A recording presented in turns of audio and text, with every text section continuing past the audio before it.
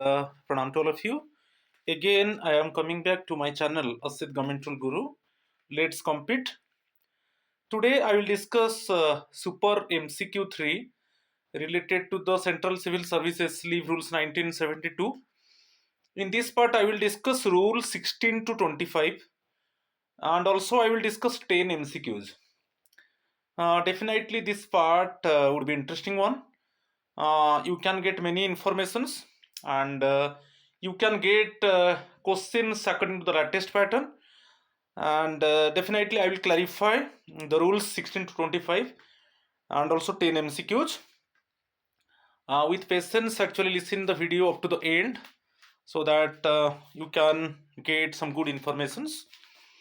Follow my Facebook page, it is same Asit Governmental Guru.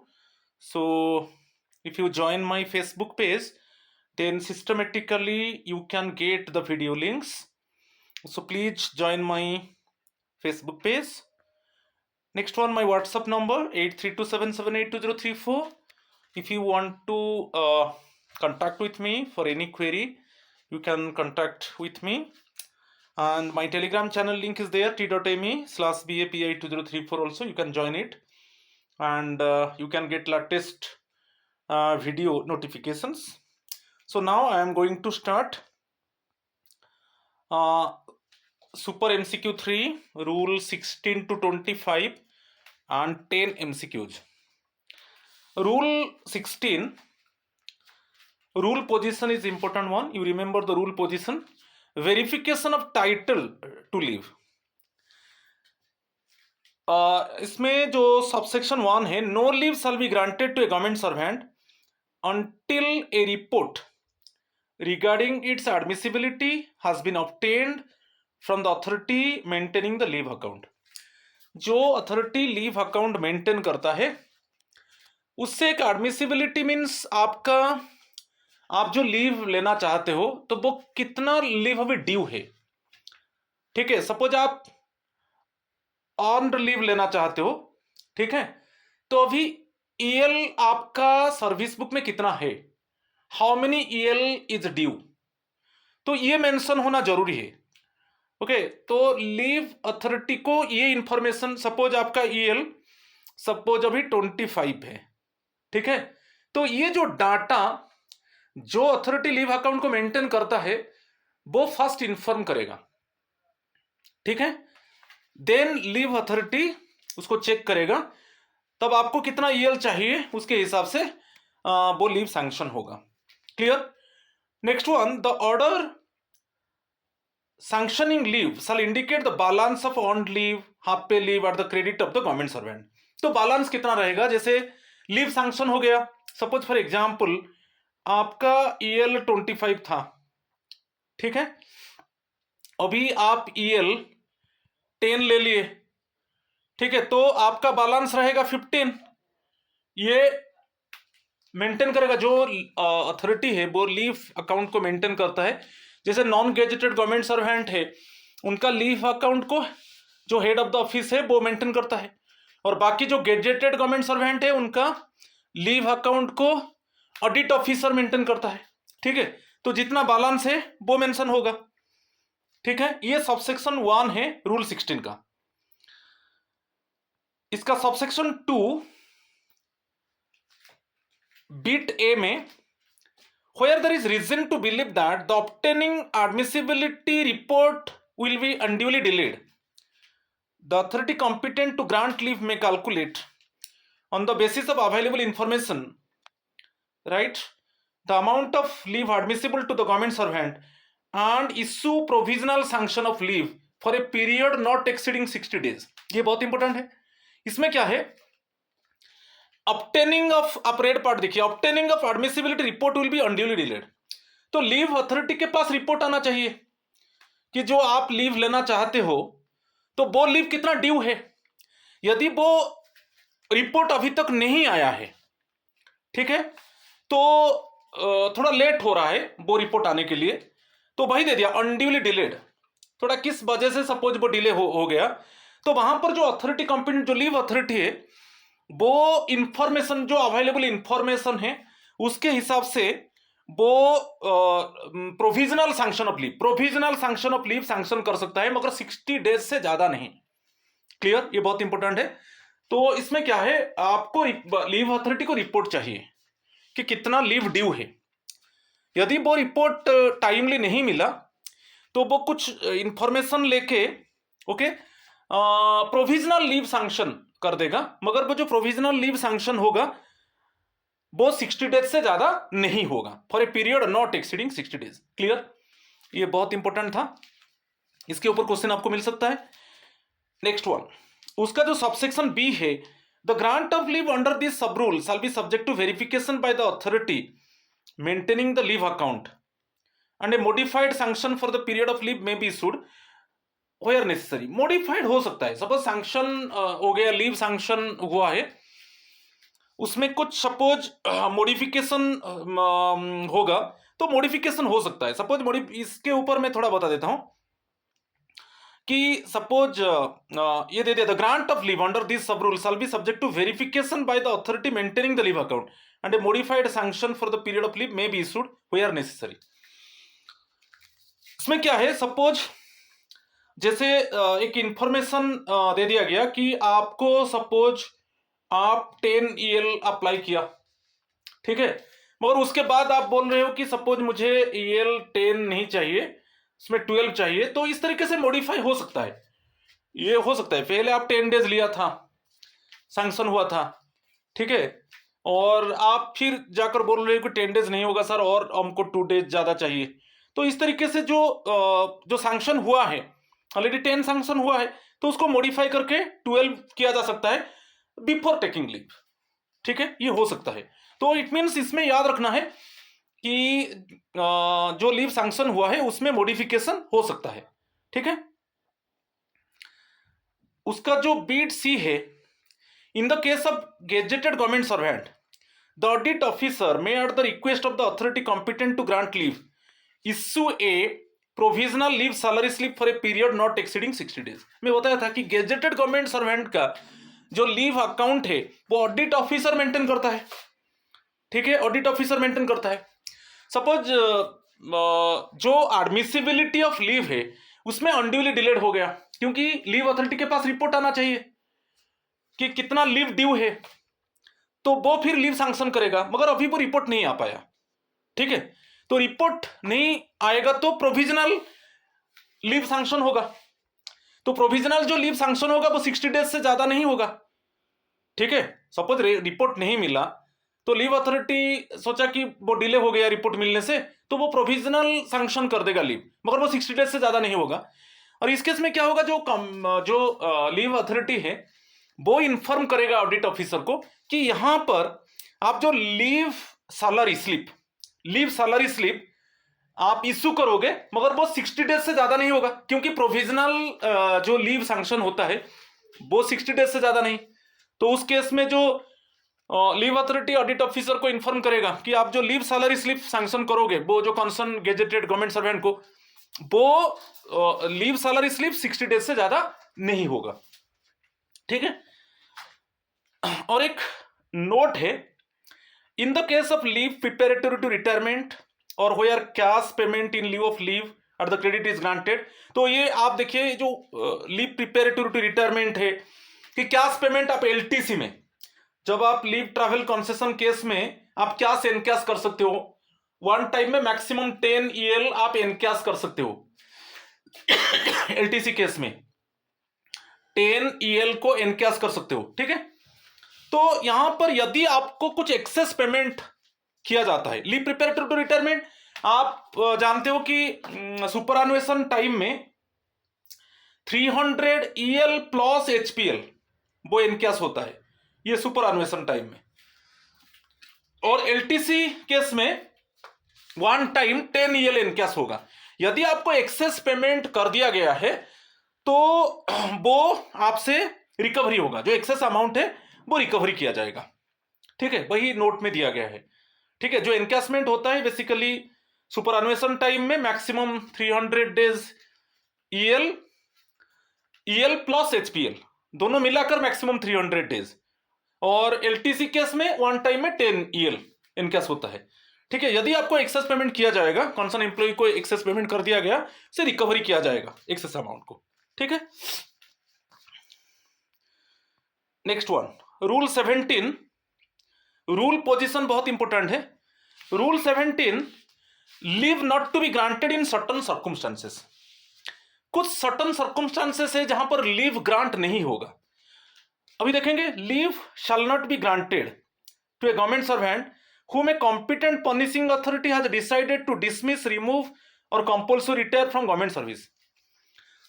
इसमें क्या है, यदि आपके ऊपर मेजर डिसिप्लिनरी प्रोसीडिंग चल रहा है और उसमें जो पनिशिंग अथॉरिटी है, जो बेसिकली डिसिप्लिनरी अथॉरिटी है, वो डिसाइड किए हैं कि आपके ऊपर डिसमिसल, रिमूवल की कंपल्सरी रिटायरमेंट का पनिशमेंट लग सकता है, तो इस केस में आपको लीव सैंक्शन नहीं होगा। इस कंडीशन में यदि डिसिप्लिनरी अथॉरिटी डिसाइड किया है कि ये जो मेजर डिसिप्लिनरी प्रोसीडिंग चल रहा है, इसमें आइदर डिसमिसल और रिमूवल और कंपल्सरी रिटायरमेंट का पनिशमेंट लगेगा, तो इस केस में लीव ग्रांट नहीं होगा। ठीक है, रूल 18 डिलीटेड है, राइट। रूल 19 को चलेंगे। रूल पोजीशन इंपॉर्टेंट है।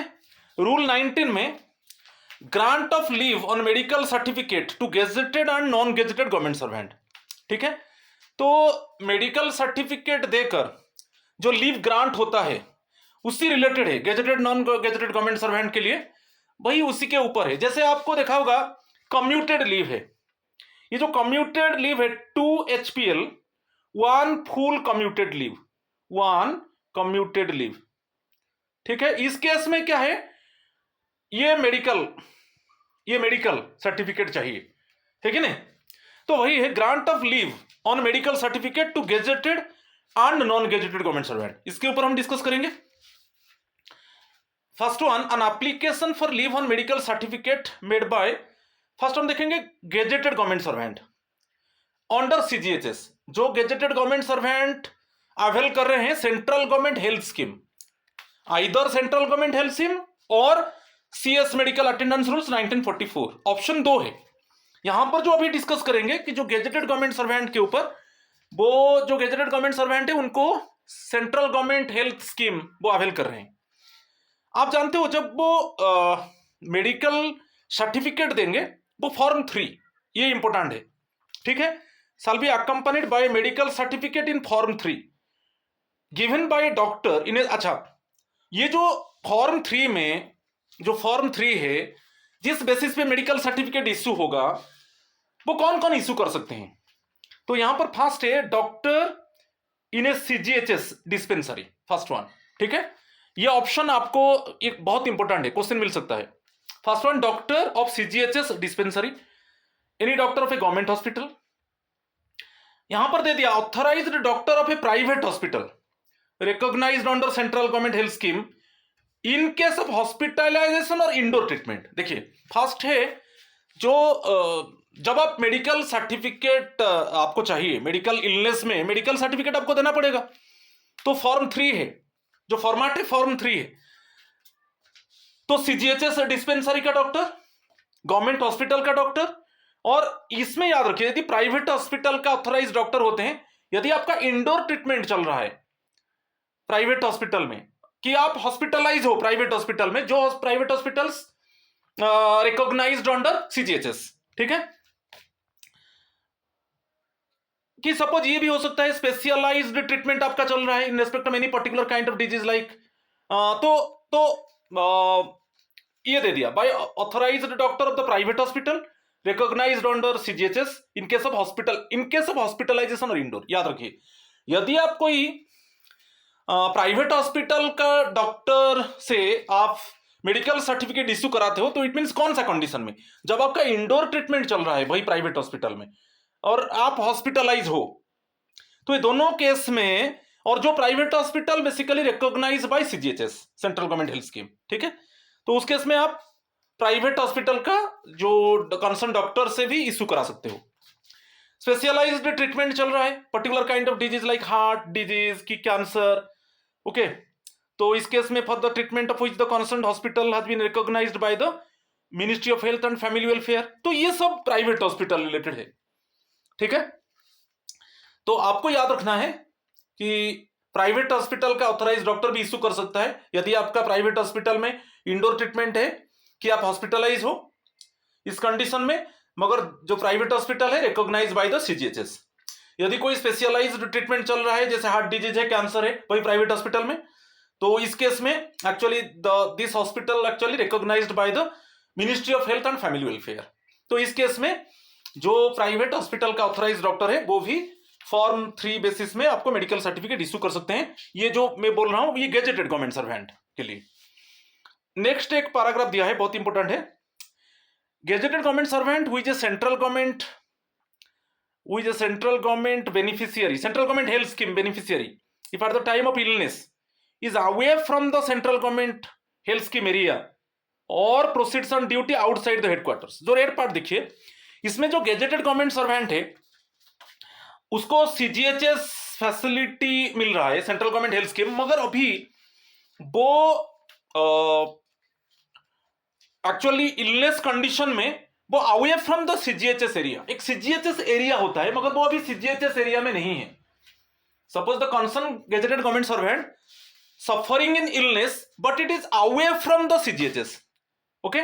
और एक है सपोज आप हेडक्वार्टर छोड़कर अभी आउटसाइड में है, अभी आपका हेडक्वार्टर में नहीं है, आउटसाइड में कोई ऐसा ड्यूटी में आप अभी आउटसाइड में है, तो इस केस में suppose the concern gazetted government servant is suffering in illness, तो इस केस में मेडिकल सर्टिफिकेट इशू होता है फॉर्म 3, फिटनेस सर्टिफिकेट फॉर्म 5। आप जैसे मेडिकल इलनेस में जा रहे हो तो मेडिकल सर्टिफिकेट फॉर्म 3 है मगर फिटनेस सर्टिफिकेट फॉर्म 5 है, ये गेजेटेड गवर्नमेंट सर्वेंट के लिए, ठीक है।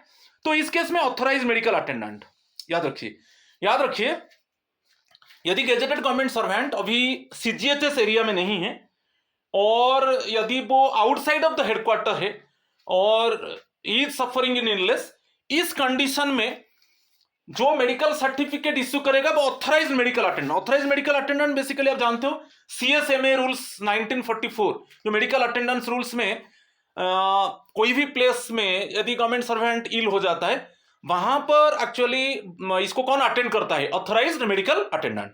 तो इसमें याद रखिए गेजेटेड गवर्नमेंट सर्वेंट केस में यदि the government servant is outside of CGHS area और outside of the headquarter or suffering in illness, in this condition the authorized medical attendant only issue the medical certificate on the basis of form 3 and also providing fitness certificate form 5, ठीक है, ये याद रखिए। चलो अभी gazetted government servant CSMA rules 1944 को चलेंगे, वो सीजीएचएस हो गया। यहां पर gazetted government servant central civil services medical attendance rules 1944, यदि इस फैसिलिटी को आप अवेल कर रहे हो गेजेटेड गवर्नमेंट सर्वेंट, तो वही है फॉर्म 3, आपको मेडिकल फॉर्म 3 के हिसाब से आपको मेडिकल सर्टिफिकेट देना है। तो कौन कौन देंगे, फर्स्ट है by doctor of government hospital, authorise medical attendant, और वही प्राइवेट हॉस्पिटल आ गया, private hospital authorise doctor of the private hospital recognised, वो प्राइवेट हॉस्पिटल को रिकॉग्नाइज किया गया है सीएसएमए रूल्स 1944। यदि आपका इंडोर ट्रीटमेंट चल रहा है और आप हॉस्पिटलाइज हो कि कोई स्पेशल डिजीज के ऊपर ट्रीटमेंट लाइक हार्ट डिजीज है, कैंसर, इस केस में आप वो प्राइवेट हॉस्पिटल में आपका ट्रीटमेंट चल रहा है और this hospital actually it is recognised by the ministry of health and family welfare. तो इस केस में जो ऑथराइज्ड डॉक्टर है प्राइवेट हॉस्पिटल का वो भी मेडिकल सर्टिफिकेट इश्यू करेगा, ठीक है। अभी नॉन गेजेटेड गवर्नमेंट सर्वेंट को चलेंगे। Non gazetted government servant under CGHS, अभी हम जो डिस्कस कर दिया वो सब गेजेटेड गवर्नमेंट सर्वेंट के लिए था, दोनों सीजीएचएस और सीएसएमए रूल्स 1944। अभी नॉन गेजेटेड गवर्नमेंट सर्वेंट के लिए हम देखेंगे under CGHS central government health scheme. तो वही है, यहां पर फॉर्म 4 होता है नॉन गेजेटेड के लिए, जो आपका मेडिकल सर्टिफिकेट इश्यू होगा तो on the basis of form 4, मगर गेजेटेड के लिए फॉर्म 3, मगर फिटनेस सर्टिफिकेट सेम है फॉर्म 5 दोनों के लिए, चाहे गेजेटेड हो नॉन गेजेटेड हो, आपका जो फिटनेस सर्टिफिकेट फॉर्म 5। मगर इसमें याद रखिए जो गेजेटेड गवर्नमेंट सर्वेंट है उसका जो मेडिकल सर्टिफिकेट इशू होता है on the basis of form 3, मगर नॉन गेजेटेड के लिए on the basis of form 4, ठीक है। तो यहां पर first one doctor in a central government health scheme dispensary, government hospital doctor, और वही प्राइवेट हॉस्पिटल का, private hospital recognised by the CGHS, authorise doctor of private hospital recognised by CGHS. And यहां पर आपका इंडोर ट्रीटमेंट चल रहा है कि आप हॉस्पिटलाइज हो और कोई any special kind of disease like heart disease है कि कैंसर है, इसका ट्रीटमेंट चल रहा है वो प्राइवेट हॉस्पिटल में, और this hospital recognised by ministry of health and family welfare. तो इस केस में प्राइवेट हॉस्पिटल का ऑथराइज डॉक्टर वो भी मेडिकल सर्टिफिकेट इश्यू कर सकता है फॉर्म 4 में, ठीक है। Next one, the non gazetted government servant who is a CGHS beneficiary if at the time of illness is away from central government health scheme area और proceeds on duty outside the headquarters. ये gazetted के लिए भी बोला था, यदि जो non gazetted government servant है वो अभी उसको सीजीएचएस फैसिलिटी मिल रहा है मगर अभी वो सीजीएचएस एरिया में नहीं है, कि वो आउटसाइड ऑफ द हेडक्वार्टर में है, अभी वो सपोज सफरिंग इन इलनेस, इस केस में उसको मेडिकल सर्टिफिकेट इश्यू होगा फॉर्म 4 में और फिटनेस सर्टिफिकेट होगा फॉर्म 5 में।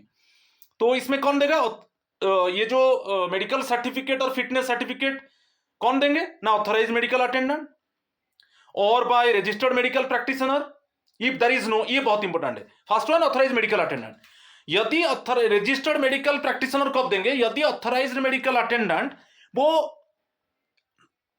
8 किलोमीटर रेडियस के अंदर नहीं है। सॉरी, याद रखिए, non gazetted government servant outside of the CGHS area और outside of the headquarter suffering in illness, तो यहां पर जो मेडिकल सर्टिफिकेट फिटनेस सर्टिफिकेट है फर्स्ट इश्यू करेगा ऑथराइज मेडिकल अटेंडेंट। यदि विद इन 8 किलोमीटर रेडियस, ठीक है, विद इन 8 किलोमीटर रेडियस यदि ऑथराइज मेडिकल अटेंडेंट नहीं है तब रजिस्टर्ड मेडिकल प्रैक्टिशनर यहां पर मेडिकल सर्टिफिकेट इश्यू करेगा on the basis of form 4 और फिटनेस सर्टिफिकेट फॉर्म 5, ठीक है, समझ में आ गया। तो but first option is authorise medical attendant. यदि विद इन 8 किलोमीटर रेडियस में जहां पर अभी वो कंसर्न गवर्नमेंट सर्वेंट है वो आउटसाइड ऑफ सीजीएचएस एरिया और outside of the headquarter, okay, suffering in illness, इस केस में यदि ऑथराइज मेडिकल अटेंडेंट नहीं है विद इन 8 किलोमीटर रेडियस तब हम रजिस्टर्ड मेडिकल प्रैक्टिशनर, ओके, वो मेडिकल सर्टिफिकेट इश्यू करेगा, ठीक है। तो इसको आपको याद रखना है, right. Next one, also in the circumstances when he finds it difficult to obtain medical certificate or fitness certificate from a doctor in a central government health scheme dispensary or an authorized medical attendant। तो यहां पर क्या है, जैसे आपको CGHS facility मिल रहा है तो आपको डिफिकल्ट हुआ कि जो सीजीएचएस डिस्पेंसरी से आप सर्टिफिकेट कलेक्ट नहीं कर सके। सिमिलरली आप सीएसएमए रूल्स में, सीएसएमए रूल्स 1944 में आपका authorise medical attendant medical certificate issue करेगा। यदि आप इश्यू नहीं कर पाते हो तो वहां पर आपको क्लियरली मेंशन करना चाहिए कि आपका नेचर ऑफ इलनेस क्या है और उसका प्रोबेबल ड्यूरेशन क्या है, आपको मेंशन करना है। यदि आप certificate you are unable to collect certificate, okay, from the CGHS dispensary if you are cover under CGHS or unable to collect certificate from authorized medical attendant if you cover under CSMA rules 1944, इस case में आपको reason देना है, okay, किस circumstance के वजह से आप कलेक्ट नहीं कर पाए मेडिकल सर्टिफिकेट। तो इस केस में आपको नेचर और प्रोबेबल ड्यूरेशन इसको मेंशन करके देना है। और यहां पर दे दिया एक नोट में, इन the case of non gazetted government servant a certificate given by a registered Ayurvedic, Unani or homeopathic medical practitioner or by a registered dentist in the case of dental ailments or by an honorary medical officer may also be accepted। देखिए ये सब case में non gazetted government servant के लिए यदि आप certificate medical certificate लेना चाहते हो जो आयुर्वेदिक डॉक्टर है कि यूनानी और होम्योपैथिक मेडिकल प्रैक्टिशनर है कि जो रजिस्टर्ड डेंटिस्ट है जो related to the dental elements और कोई ऑनररी मेडिकल ऑफिसर है, आप ले सकते हो। मगर इसमें एक कंडीशन है, जिस स्टेट में आप ले रहे हो एक्चुअली स्टेट गवर्नमेंट एम्प्लॉइज को भी उसी तरीके का सर्टिफिकेट इश्यू होता है, ओके, जो जिस स्टेट गवर्नमेंट से आप लेना चाहते हो ये मेडिकल सर्टिफिकेट उसी स्टेट गवर्नमेंट में जो स्टेट गवर्नमेंट का एम्प्लॉइज है उनको जो सर्टिफिकेट इशू होता है वही सेंट्रल गवर्नमेंट एम्प्लॉइज को उसी तरीके का सर्टिफिकेट इशू होगा, याद रखिए।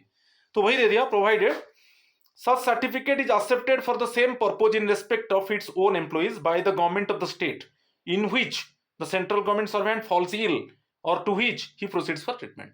याद रखिए, इनसे आप मेडिकल सर्टिफिकेट लेना चाहते हो, जैसे आयुर्वेदिक डॉक्टर है कि कोई होम्योपैथिक मेडिकल प्रैक्टिशनर है कि कोई ऑनररी मेडिकल ऑफिसर है, तो इस केस में बेसिकली जिस तरीके का सर्टिफिकेट पर्टिकुलर स्टेट में जिस तरीके का सर्टिफिकेट इश्यू होता है जो state government concern state government employees को, उसी तरीके का सर्टिफिकेट भी सेंट्रल गवर्नमेंट एम्प्लॉइज को इश्यू होगा यदि आप जा रहे हो और आप ट्रीटमेंट ले रहे हो। ठीक है, इसको भी याद रखिए।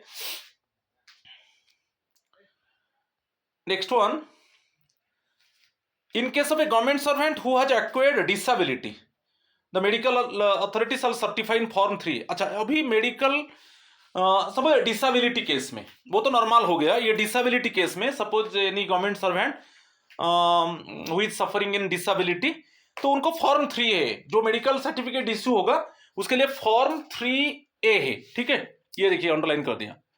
ओके, डिसेबिलिटी एम्प्लॉइज को। अच्छा, ये जो मेडिकल सर्टिफिकेट इश्यू होगा उसमें क्लियरली मेंशन होगा nature of disability and extent of the disability, ये मेंशन होगा। Then the date from which such disability has occurred और manifested to the extent it may be medically possible to indicate the same, ये भी mention होगा कि कब से actually ये डिसेबिलिटी जो है स्टार्ट हुआ और ये कितना दिन तक ये चलेगा, up to what extent actually medical treatment would be going on, ये भी मेंशन होगा। Whether there are reasonable prospects for the government servant to be fit to resume duties, and if not, categorically state that such government servant is completely and permanently incapacitated for further service। और ये भी है, वही medical certificate issue होगा, क्या वो duty कर सकता है आगे में फ्यूचर में? जो भी गवर्नमेंट सर्वेंट अभी डिसेबल है वो मेडिकल सर्टिफिकेट ले रहा है, वो मेडिकल सर्टिफिकेट में ये मेंशन होगा क्या whether actually he would be fit for further service, कि यदि नहीं है तो वहां पर भी मेंशन होगा कि suppose in subsequent time okay he may not be fit okay for the government service for further service, ये भी मेंशन होगा कैटेगोरिकली। तो ये सब सर्टिफिकेट में डॉक्टर मेंशन करेगा क्या नेचर है डिसेबिलिटी का, तो ये जो डिसेबिलिटी है वो एक्सटेंड क्या है, कितना दिन तक चलेगा, और ये मैनिफेस्ट कब हुआ, कब से स्टार्ट हुआ, और आप फर्दर ड्यूटी कर पाओगे कि नहीं।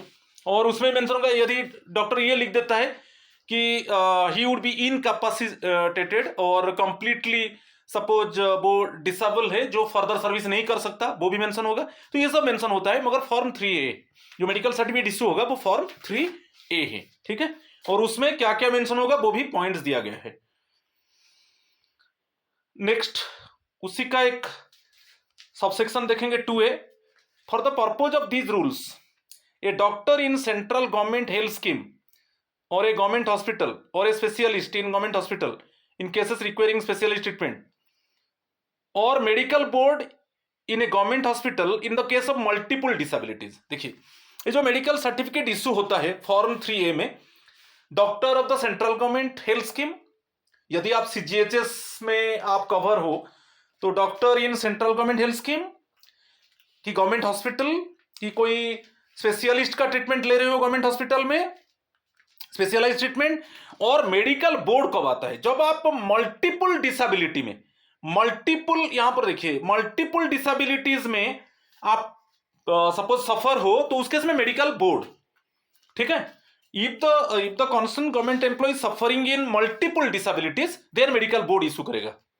अदर केस में सपोज डॉक्टर CGHS में कवर है तो doctor in central government health scheme की गवर्नमेंट हॉस्पिटल की कोई स्पेशलिस्ट है गवर्नमेंट हॉस्पिटल जो आपको ट्रीटमेंट कर रहा है, तो ये सब है।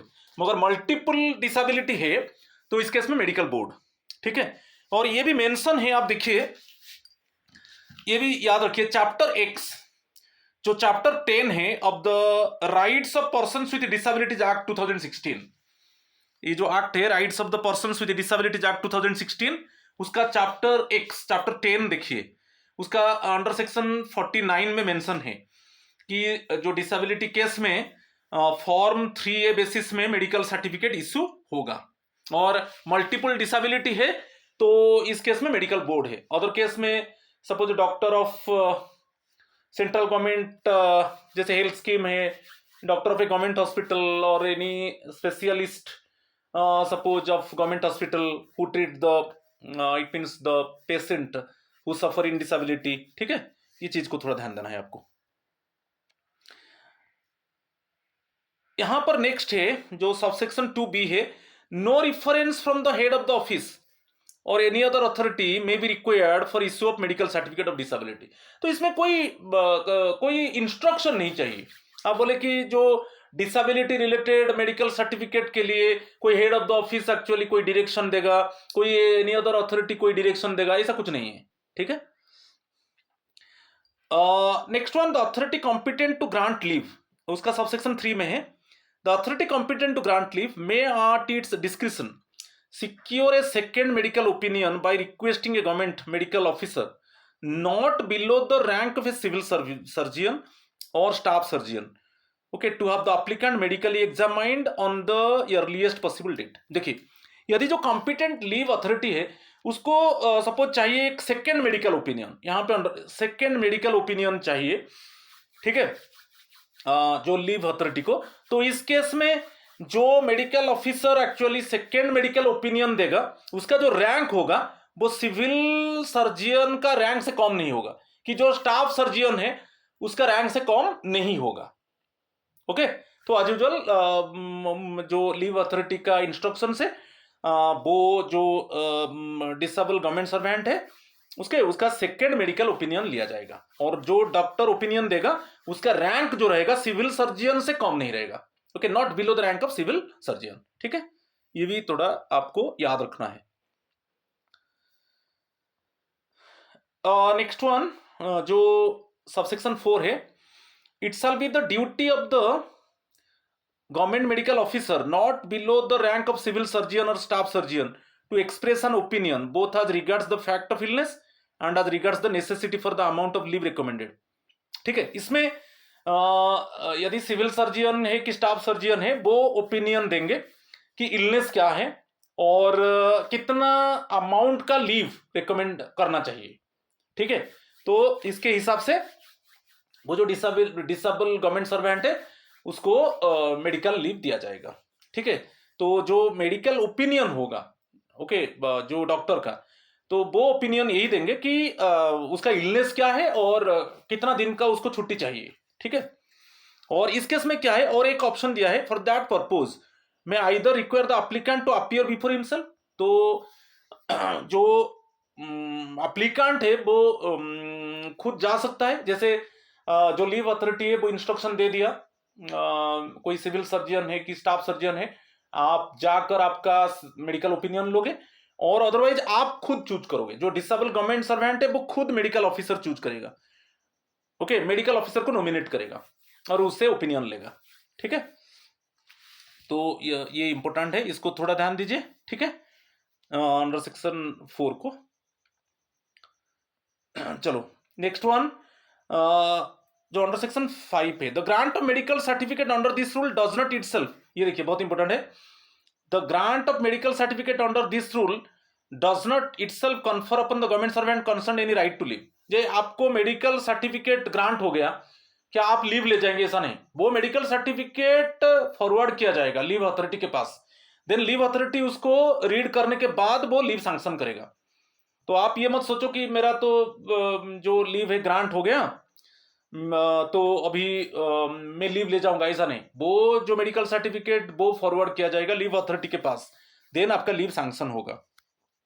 ठीक है, और एक बहुत इंपॉर्टेंट यहां पर क्वेश्चन आता है, रेगुलरली क्वेश्चन आता है इसके ऊपर, यदि the authority competent to grant leave may in its discretion with the production of a medical certificate in case of an application for leave for a period not exceeding 3 days at a time। Suppose आप जो अभी medical certificate देकर आप suppose छुट्टी लेना चाहते हो, तो वो 3 डेज से ज्यादा नहीं है, नॉट एक्सीडिंग 3 डेज, याद रखिए नॉट एक्सीडिंग 3 डेज। तो इस केस में जो लीव अथॉरिटी है उसके पास एक डिस्क्रिशनरी पावर है, वो उसको मना कर सकता है कि ये अभी इस केस में आपको लीव नहीं दिया जाएगा। नहीं, लीव तो दिया जाएगा मगर मेडिकल लीव नहीं दिया जाएगा, क्योंकि ओनली 3 डेज है, नॉट एक्सीडिंग 3 डेज। आप उसमें मेडिकल सर्टिफिकेट देकर छुट्टी लेना चाहते हो तो ये नहीं होगा। तो वो क्या करेगा, अदर जो लीव ड्यू है, आपका सर्विस बुक में जो अदर जो लीव ड्यू है तो उसको वो कन्वर्ट कर देगा, मगर इसमें उसके पास डिस्क्रिशनरी पावर है, वो मना करेगा कि आपको मेडिकल लीव नहीं मिलेगा, क्योंकि आपका जो इट मीन्स आप जो मेडिकल सर्टिफिकेट देकर एप्लीकेशन दिया है छुट्टी के लिए, लीव के लिए, वो नॉट एक्सीडिंग 3 डेज, इसके ऊपर क्वेश्चन आता है। तो इस केस में आपको मेडिकल लीव नहीं मिलेगा, तो आपका जो लीव ड्यू है और कोई लीव है तो उसको कन्वर्ट कर दिया जाएगा अदर कोई लीव में, ठीक है। मगर मेडिकल ग्राउंड्स में आपको लीव नहीं मिलेगा, क्योंकि आप जो मेडिकल सर्टिफिकेट देकर लीव ले रहे हो but not exceeding 3 days at a time, ये क्वेश्चन आता है, ठीक है। चलो क्वेश्चन नंबर 20, इसमें ये बहुत इंपॉर्टेंट है, रूल पोजीशन देखिए, leave to a government servant who is unlikely to be fit to return to duty. जो गवर्नमेंट सर्वेंट को लीव मिला है वो भी फर्दर ड्यूटी नहीं कर सकता, क्योंकि अनफिट के वजह से। तो बेसिकली डिसेबल जो गवर्नमेंट सर्वेंट है वो लीव लेकर जाते हैं, मगर अल्टीमेटली जो सर्टिफिकेट आता है उसमें क्लियरली मेंशन होता है कि he is unable to further involve in duty, कि he is unable to duty properly in subsequent time, कि he is unfit to do service in subsequent time. तो इसे तो उसी रिलेटेड केस में सबसेक्शन 1A में क्या दिया है, when A medical authority has reported that there is no reasonable prospect that the government servant will even be fit to return to duty, leave shall not necessarily be refused to such government servant। तो इस case में suppose यदि medical authority ने ये लिख दिया कि आप फर्दर ड्यूटी नहीं कर सकते, okay, the government servant will even, there is no reasonable prospect, कि वो ये बोल रहा है कि अभी जो इलनेस है actually this government servant may not able to do further service, okay, वो नहीं कर सकता है, फ्यूचर में नहीं कर सकता है, ओके, काम आगे में। तो इस केस में आपको लीव के लिए मना नहीं किया जाएगा। अभी उसी के अंडर कुछ पॉइंट्स हम देखेंगे।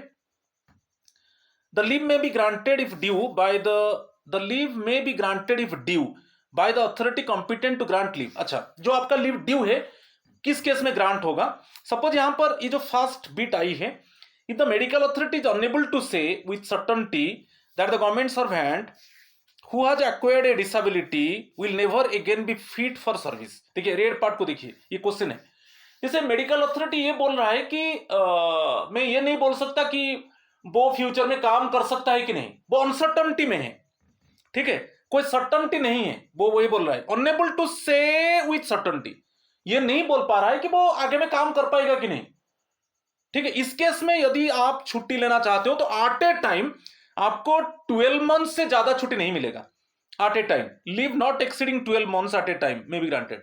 और यदि उसका एक्सटेंशन होगा, ठीक है, यदि इस तरीके का, तो एट ए टाइम आपको 12 मंथ्स इस केस में छुट्टी मिलेगा। किस केस में, यदि मेडिकल अथॉरिटी ये लिख देता है कि ये सर्टेनिटी नहीं है कि वो आगे में काम कर सकता है कि नहीं, okay, whether actually he would be able to do work or not in subsequent time, so the medical authority unable to say, वो नहीं बोल पा रहा है कि आगे में काम कर पाएगा कि नहीं। इस केस में आपको जो लीव मिलेगा एट ए टाइम 12 मंथ्स, ठीक है, उससे ज्यादा नहीं, लीव नॉट एक्सीडिंग 12 मंथ्स, और such leave shall not be extended without further reference to medical authority.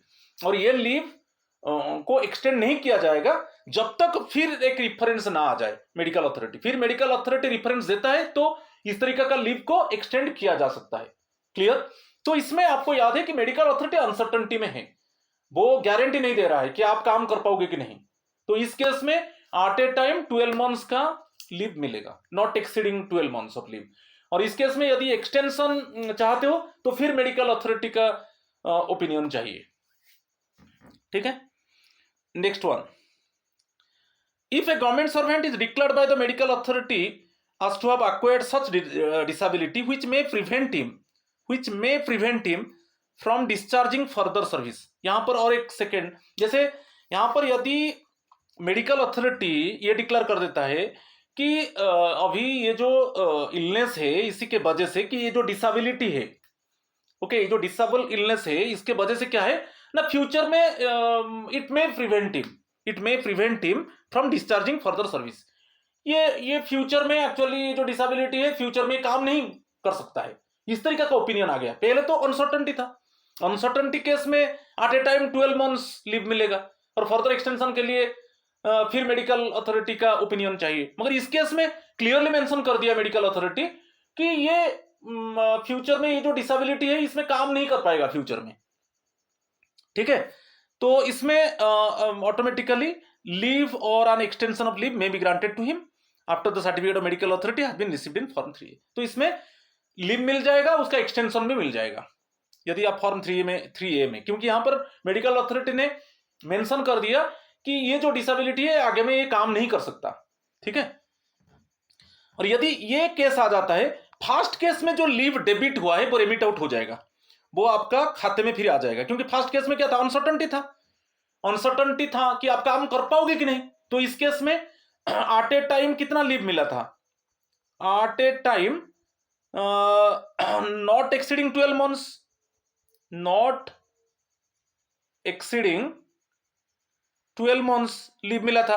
तो यदि यहां पर मेडिकल आप ले अभी ये लीव में हो, ठीक है, और अभी सपोज मेडिकल अथॉरिटी ने डिक्लेयर किया कि ये जो डिसेबिलिटी है आप आगे में काम नहीं कर सकते, तो इस केस में ये जो लीव आपको मिला था, जो लीव ड्यू था, जो आपका लीव ड्यू था, उसी से ये 12 मंथ्स नॉट एक्सीडिंग 12 मंथ्स है ना, ये जो 12 मंथ्स का सपोज आप लीव लिया है एट ए टाइम, इससे जो लीव ड्यू था उसी से डेबिट हुआ था. मगर यदि अभी मेडिकल अथॉरिटी डिक्लेयर कर देता है कि आगे में काम नहीं कर सकता, तो ये लीव को रेमिट आउट कर दिया जाएगा, फिर आपका ये लीव डेबिट नहीं होगा, फिर वो क्रेडिट हो जाएगा. ठीक है, इसी ग्राउंड में यदि मेडिकल अथॉरिटी डिक्लेयर कर देता है कि आप आगे में काम नहीं कर सकते, यदि वही उसी के डिसेबिलिटी के हिसाब से आप कुछ लीव लिया था पहले, तो अभी वो क्या होगा, रेमिट बैक हो जाएगा, फिर अगेन वो क्रेडिट हो जाएगा. पहले डेबिट हुआ था, अभी क्रेडिट हो जाएगा. मगर मेडिकल अथॉरिटी ये डिक्लेयर करेगा कि आप आगे में ये जो डिसेबिलिटी है आगे में काम नहीं कर सकते.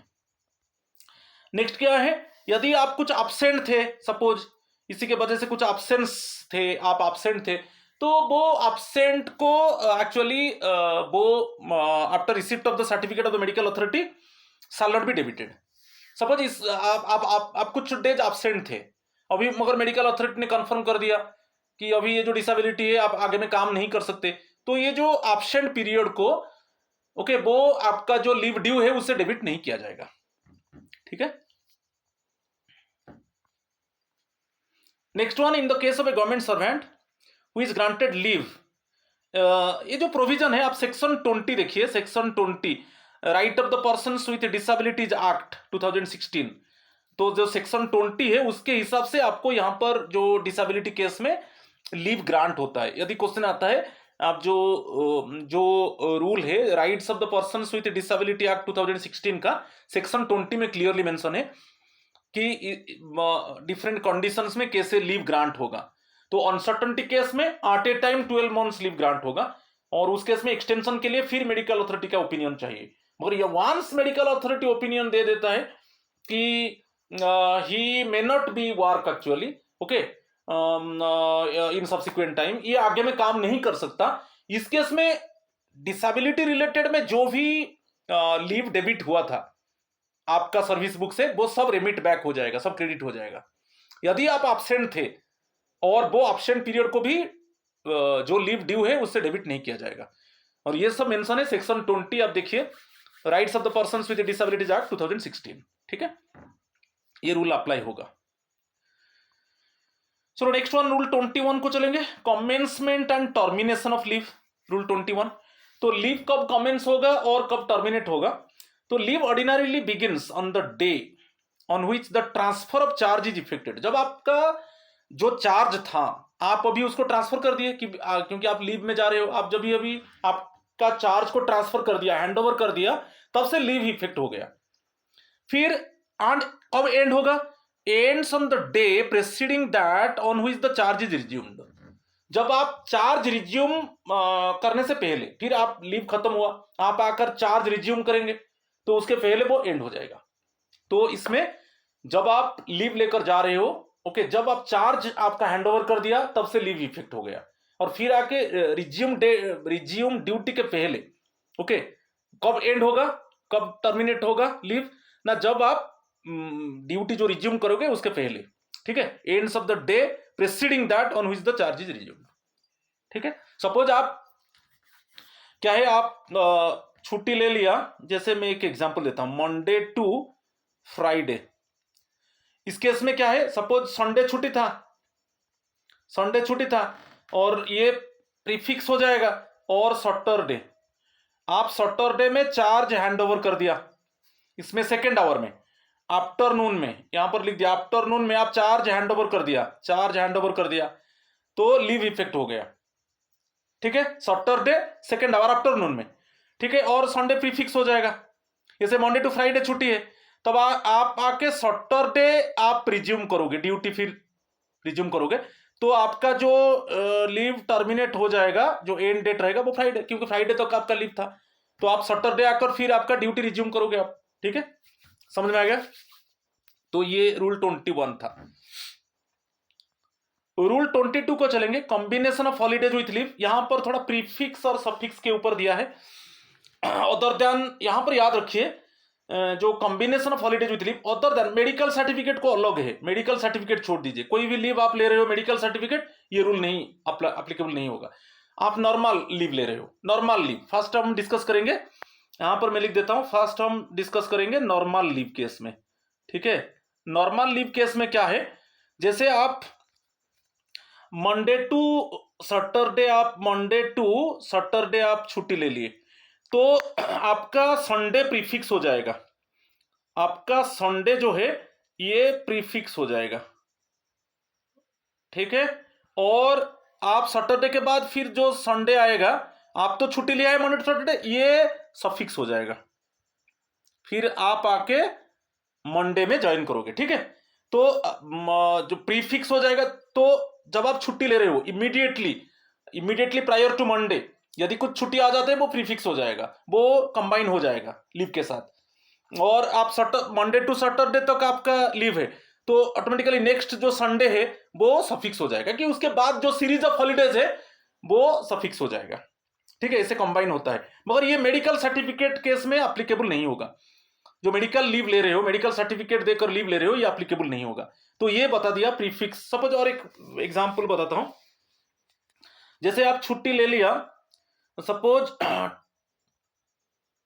ट्यूसडे टू फ्राइडे छुट्टी ले लिया, मगर ये हॉलीडे था, मंडे ये हॉलीडे था, फिर उसके पहले संडे तो ऐसे हॉलीडे है। ठीक है, तो ये सब क्या होगा, प्रीफिक्स हो जाएगा, कंबाइन हो, जुड़ जाएगा लीव के साथ। एक्चुअली लीव जो है ट्यूसडे टू, मैं अंडरलाइन कर, ट्यूसडे टू फ्राइडे।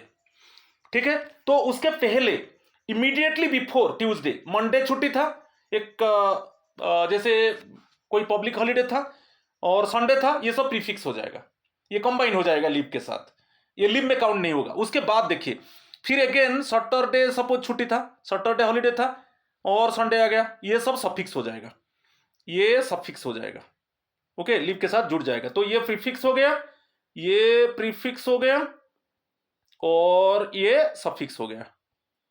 ठीक है, ठीक है, तो इस तरीके से, मगर ये जो है बेसिकली आप जो लीव ले रहे हो वो मेडिकल सर्टिफिकेट देकर नहीं, ओके, ये मेडिकल सर्टिफिकेट देकर लीव ले रहे हो, थोड़ा उसका रूल अलग है, आगे में डिस्कस करेंगे। ये प्रीफिक्स सफिक्स नॉर्मल लीव में आपको आइडिया मिल गया। चलो आगे में चलेंगे। देखिए, ईच ट्रांसफर और आजम्पशन, अच्छा, इसमें और कुछ कंडीशंस दे दिया जो प्रीफिक्स सफिक्स केस में, प्रीफिक्स सफिक्स केस में और कुछ कंडीशन दे दिया कि इस केस में सपोज आपके पास कुछ मॉनेटरी चार्ज है, ईच ट्रांसफर और assumption of charge does not involve the handling और टेकिंग ओवर ऑफ सिक्योरिटीज और मनी। आपके पास सपोज कुछ मॉनेटरी चार्ज है, तो इस केस में कि कोई परमानेंट एडवांस आपके पास चार्ज है, तो इस केस में जो प्रीफिक्स सफिक्स है वो नहीं हो सकता है। ये जो तीनों कंडीशन अभी बोलेंगे, यहां पर प्रीफिक्स और सफिक्स लागू होगा कि नहीं वो लीव अथॉरिटी के ऊपर डिपेंड करता है, क्योंकि इस केस में आपके ऊपर कुछ रिस्पॉन्सिबिलिटी है। कभी कभी क्या है, ये जो प्रीफिक्स सफिक्स है, कभी कभी एडमिनिस्ट्रेटिव एक्सीजेंसी होता है, तो ये प्रीफिक्स सफिक्स आपको नहीं मिलेगा। ओनली एडमिनिस्ट्रेटिव एक्सीजेंसी, जब आपको पब्लिक को हेल्प करना है उस केस में आपका प्रीफिक्स सफिक्स नहीं रहेगा। और अदर केस में यदि कुछ मॉनेटरी चार्ज है, सपोज आप परमानेंट एडवांस जो दे रहे हो, आपके पास रिस्पॉन्सिबिलिटी है, इस केस में आपका प्रीफिक्स सफिक्स को कैंसिल किया जा सकता है। और एक है next one, his early departure does not entail a corresponding early transfer from another station of a government servant to perform his duties. देखिए आप क्या किया, जैसे संडे तो प्रीफिक्स हो गया, आप अभी छुट्टी ले रहे हो मंडे टू सपोज सैटरडे, तो ये आपका लीव है, तो आप सैटरडे आफ्टरनून आप जा सकते हो, ठीक है। तो इस केस में आपका ईयरली डिपार्चर हो रहा है, क्योंकि ये संडे तो प्रीफिक्स हो जाएगा, सैटरडे आफ्टरनून आप जा सकते हो। तो उस केस में यदि आप जाओगे ईयरली डिपार्चर, तो उस केस में और कोई टेम्पररी पीरियड के लिए और कोई जो अनदर स्टेशन से और कोई गवर्नमेंट सर्वेंट को आपका जगह में टेम्पररी पीरियड के लिए काम करने के लिए लिया जा सकता है। मगर इसमें क्या है कि आपका ईयरली डिपार्चर है मींस वो जो आउट ऑफ स्टेशन से और एक गवर्नमेंट सर्वेंट आ रहा है आपका प्लेस में काम करेगा, आपका लीव पीरियड में काम करेगा, उसको वहां पर ईयरली रिलीव किया जाना चाहिए। तो ये एक भी प्रॉब्लम है, समझ में आ रहा है कि नहीं। और बाकी थर्ड पॉइंट में क्या दिया, delay in return. Delay in return क्या है, जैसे वही बता रहा हूं, जैसे मंडे टू, ये सफिक्स के बाद मंडे टू सपोज आपका सैटरडे है, ये छुट्टी है ब्रैकेट में रख दिया, तो संडे तो सफिक्स हो जाएगा, तो फिर आप आकर जो ड्यूटी रिज्यूम करोगे मंडे रिज्यूम करोगे। मैं एक छोटा एग्जांपल देता हूं, ठीक है। तो इस केस में तो आप आकर मंडे रिज्यूम करोगे, तो यहां पर थोड़ा डिले हो गया, तो डिले हो जाएगा मीन्स यहां पर क्या है ना, जो गवर्नमेंट सर्वेंट को was performing his duties during his absence, आपका एब्सेंस में जो गवर्नमेंट सर्वेंट काम कर रहा था, और is the distance from government service of a person temporary period of time, तो इस केस में क्या है ना, उसका जो ट्रांसफर फिर उसका पेरेंट स्टेशन को वो चला जाएगा, क्योंकि आप छुट्टी में, मैं एक छोटा एग्जांपल दिया, कभी कभी आप लॉन्ग लीव लेते हो, ठीक है। इस केस में हम क्या करते हैं, आउट ऑफ स्टेशन से कोई टेम्पोररी पीरियड के लिए कोई गवर्नमेंट सर्वेंट को आपका जो एब्सेंस पीरियड में काम करने के लिए बुलाते हैं आपका लीव पीरियड में। तो यहां पर यदि इस तरीके का आ जाता है, सीरीज ऑफ हॉलीडेज कंबाइन हो जाता है, तो इस केस में ठीक है उसको फिर डिस्चार्ज करना डिले हो जाएगा, क्योंकि वो फिर उसका पेरेंट डिपार्टमेंट को ज्वाइन करेगा, क्योंकि वो टेम्पोररी पीरियड के लिए आपका जगह में अभी उसको रिप्लेस किया गया है, तो उसमें डिले हो सकता है। तो ये थोड़ा पॉइंट्स आप देख लीजिए, ठीक है। यहां पर जो प्रीफिक्स सफिक्स है, इसी 3 पॉइंट्स को देख लीजिए, ठीक है। एक है आपका पास मॉनेटरी चार्ज है, ओके, और ये जो प्रीफिक्स सफिक्स आप ले रहे हो तो उसमें थोड़ा प्रॉब्लम हो सकता है। और बाकी यदि आप प्रीफिक्स में ईयरली आप जाते हो, ठीक है, तो वहां पर आउट ऑफ स्टेशन से जो गवर्नमेंट सर्वेंट आएगा आपका प्लेस में काम करने के लिए, उसको वहां से फिर क्या होगा, वो डिपार्टमेंट का रिस्पॉन्सिबिलिटी रहेगा उसको ईयरली रिलीव कर दे।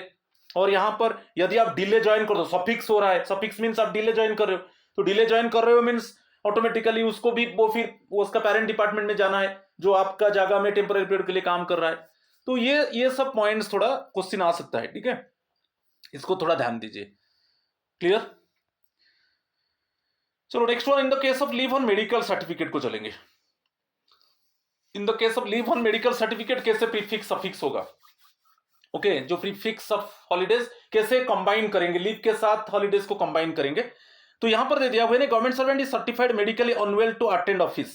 सपोज आप मेडिकली अनवेल हो, आप ऑफिस अटेंड नहीं कर सकते, तो holidays if any immediately preceding the day he is so certified. Suppose देखिए, सपोज आपको सर्टिफाई किया गया, जैसे मंडे में आपका, ठीक है, मंडे में आपका सपोज चेक किया गया कि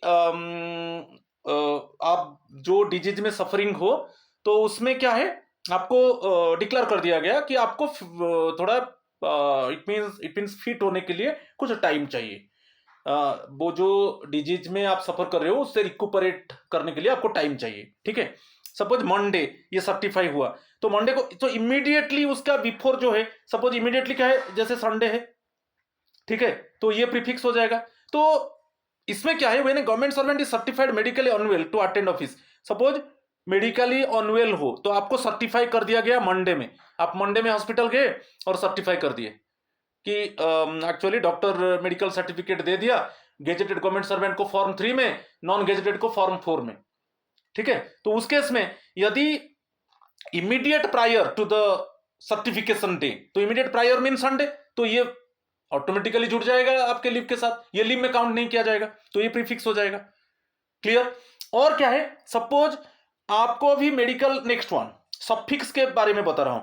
जैसे अभी आप डॉक्टर दे दिया कि मंडे टू सैटरडे, सैटरडे आप फिर फिटनेस सर्टिफिकेट कलेक्ट करोगे, सैटरडे में फॉर्म 5 में आप फिटनेस सर्टिफिकेट कलेक्ट किया। ठीक है, मगर इसमें क्या है, संडे सफिक्स, संडे हॉलीडे है, ये सफिक्स हो जाएगा, ठीक है नहीं, इमीडिएटली सफिक्स हो जाएगा सैटरडे के बाद। तो आप जाकर मंडे में ज्वाइन करोगे, क्योंकि मंडे आप सर्टिफाई कर दिए कि डॉक्टर सर्टिफाई कर दिया कि उनको रेस्ट चाहिए, सैटरडे आप फिटनेस सर्टिफिकेट दे दिए। फिटनेस सर्टिफिकेट किस में, फॉर्म 5 में। गेजेटेड गवर्नमेंट सर्वेंट के लिए जो मेडिकल सर्टिफिकेट मिलता है फॉर्म 3 में, और नॉन गेजेटेड के लिए फॉर्म 4 में, और डिसेबल के लिए फॉर्म 3A में। तो इस केस में जैसे मंडे टू सैटरडे, सैटरडे आपको फिटनेस सर्टिफिकेट मिल गया मगर संडे है, तो संडे सफिक्स हो जाएगा। ठीक है, कि एनी सीरीज ऑफ हॉलीडेज है वो ऑटोमेटिकली जुड़ जाएगा लीव में। ये तो बहुत क्लियर है। ठीक है, और एक पॉइंट, लास्ट पॉइंट में बता रहा हूं, ये लास्ट पॉइंट बता रहा हूं। जैसे मैं एक एग्जांपल देता हूं, जैसे आप सर्टिफाई कर दिया गया, सपोज फॉर एग्जांपल मैं देता हूं यहां पर, ये बहुत इंपॉर्टेंट है। जैसे आपको सर्टिफाई हुआ सैटरडे, आप हॉस्पिटल चले गए, सर्टिफाई मीन्स आप मेडिकल सर्टिफिकेट आपको मिला सैटरडे, मगर उसके पहले क्या था, फ्राइडे वर्किंग डे था, ये वर्किंग डे था, और थर्सडे हॉलीडे था। ठीक है, मगर आपका सैटरडे आपको एमसी मेडिकल सर्टिफिकेट मिला, इसमें मेडिकल सर्टिफिकेट मिला, मगर फ्राइडे आपका फ्राइडे वर्किंग डे था, WD वर्किंग डे था, थर्सडे हॉलीडे था। ठीक है, तो इस केस में सपोज आप एब्सेंट थे, ओके, थर्सडे आप एब्सेंट, थर्सडे तो हॉलीडे था, फ्राइडे आप एब्सेंट थे। ठीक है, फ्राइडे वर्किंग डे था मगर आप एब्सेंट थे, आप अटेंड नहीं कर पाए इलनेस की वजह से, तो आपको मेडिकल सर्टिफिकेट कब मिला, सैटरडे में। तो इस केस में क्या होगा, जो फ्राइडे वर्किंग डे था जिसमें आप एब्सेंट थे, वो लीव में काउंट हो जाएगा, यहां पर वो प्रीफिक्स नहीं होगा, समझ, क्योंकि इमीडिएटली ये नहीं है, immediately prior to the certification day नहीं है, क्योंकि फ्राइडे वर्किंग डे था और थर्सडे हॉलीडे था। मैं एक एग्जांपल दिया, थर्सडे हॉलीडे था, आपको मेडिकल सर्टिफिकेट सैटरडे मिला। ठीक है, और थर्सडे तो हॉलीडे था, फ्राइडे में आप ऑफिस अटेंड नहीं कर पाए क्योंकि इलनेस की वजह से, और सैटरडे को आपको मेडिकल सर्टिफिकेट मिला। क्या इस केस में ये थर्सडे फ्राइडे को प्रीफिक्स किया जाएगा? इस केस में नहीं। इस केस में क्या होगा, ये जो वर्किंग डे, ये तो छुट्टी था, कोई प्रॉब्लम नहीं, मगर यहां पर फ्राइडे को, ठीक है, आपको फ्राइडे जो वर्किंग डे है ये प्रीफिक्स में नहीं जाएगा। ठीक है, ये लीव में काउंट हो जाएगा। ठीक है, तो holidays if any preceding the day is so certified shall be treated as part of the leave. Clear? ठीक है, और एक इस केस में और एक एग्जांपल देता हूं, जो थर्ड केस में क्या है, जैसे सैटरडे आपको मेडिकल सर्टिफिकेट मिला, ठीक है, और बाकी जैसे फ्राइडे था, फ्राइडे वर्किंग डे था, थर्सडे वर्किंग डे था, ठीक है, और इस केस में आपका जो वेडनेसडे था, वेडनेसडे हॉलीडे था, वेडनेसडे हॉलीडे था, तो आपको मेडिकल सर्टिफिकेट सैटरडे में मिला, मगर आप थर्सडे फ्राइडे में ऑफिस अटेंड नहीं कर पाए। ठीक है, थर्सडे फ्राइडे आप ऑफिस अटेंड नहीं कर पाए क्योंकि आप इलनेस की वजह से।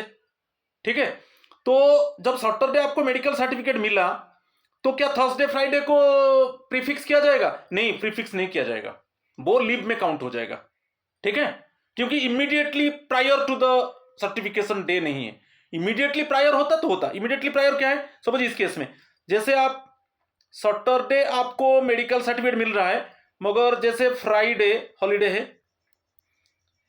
ओके कि थर्सडे भी पब्लिक हॉलीडे है, जैसे लगातार 2 हॉलीडे है, तो इस केस में सपोज आपको सैटरडे मेडिकल सर्टिफिकेट मिल रहा है, ऑटोमेटिकली ये सब प्रीफिक्स हो जाएगा, क्योंकि immediately prior to the Saturday, immediately prior to the certification day, तो ये सब प्रीफिक्स हो जाएगा। ठीक है, ये क्लियर हो गया। तो उसी को थोड़ा हिंदी में मैं उसको डिस्कस कर दिया, मगर मैं अच्छे से डिस्कस किया, आपका समझ में आया होगा। ठीक है, उसको थोड़ा देख लीजिए। बाकी नेक्स्ट वन, अच्छा फिटनेस आ गया। अभी पहले government servant is certified medically fit for joining duty, अभी मेडिकली फिट हो गया।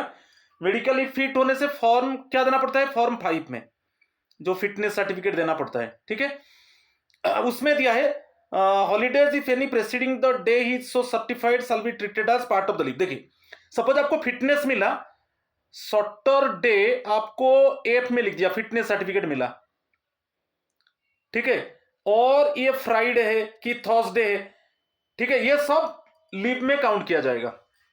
आपको फिटनेस सर्टिफिकेट मिला सैटरडे, तो उसका पहले थर्सडे फ्राइडे ये जो था ये सब लीव में काउंट किया जाएगा। ठीक है, क्लियर। नेक्स्ट वन, ये पॉइंट को थोड़ा हम देखेंगे।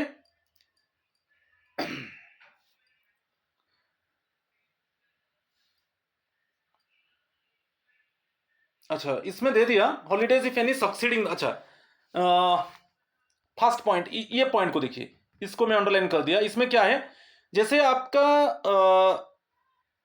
सपोज इसमें देखिए आपको फिटनेस सर्टिफिकेट मिला सैटरडे, आपको फिटनेस सर्टिफिकेट मिला, संडे है तो ये सफिक्स हो जाएगा, संडे सफिक्स हो जाएगा, तो आप जाकर फिर मंडे में ज्वाइन करोगे।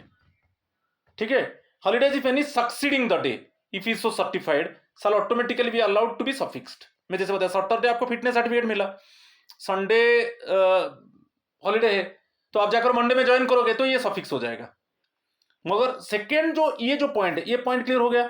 ये पॉइंट में क्या है, जैसे आप सैटरडे आपको फिटनेस सर्टिफिकेट मिल रहा है, मगर उसके पहले जैसे फ्राइडे है कि थर्सडे है, उसमें ये सब क्या होगा, लीव में काउंट होगा, ये सब लीव में काउंट होगा, क्योंकि सैटरडे आपको फिटनेस सर्टिफिकेट मिल रहा है, उसके पहले फ्राइडे थर्सडे ये सब क्या होगा, लीव में काउंट होगा। तो कॉमन चीज है।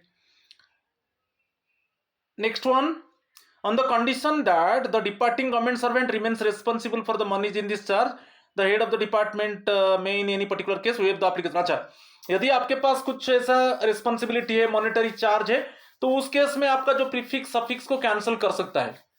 ठीक है, जो हेड ऑफ द डिपार्टमेंट है वो कैंसिल कर सकता है। ठीक है,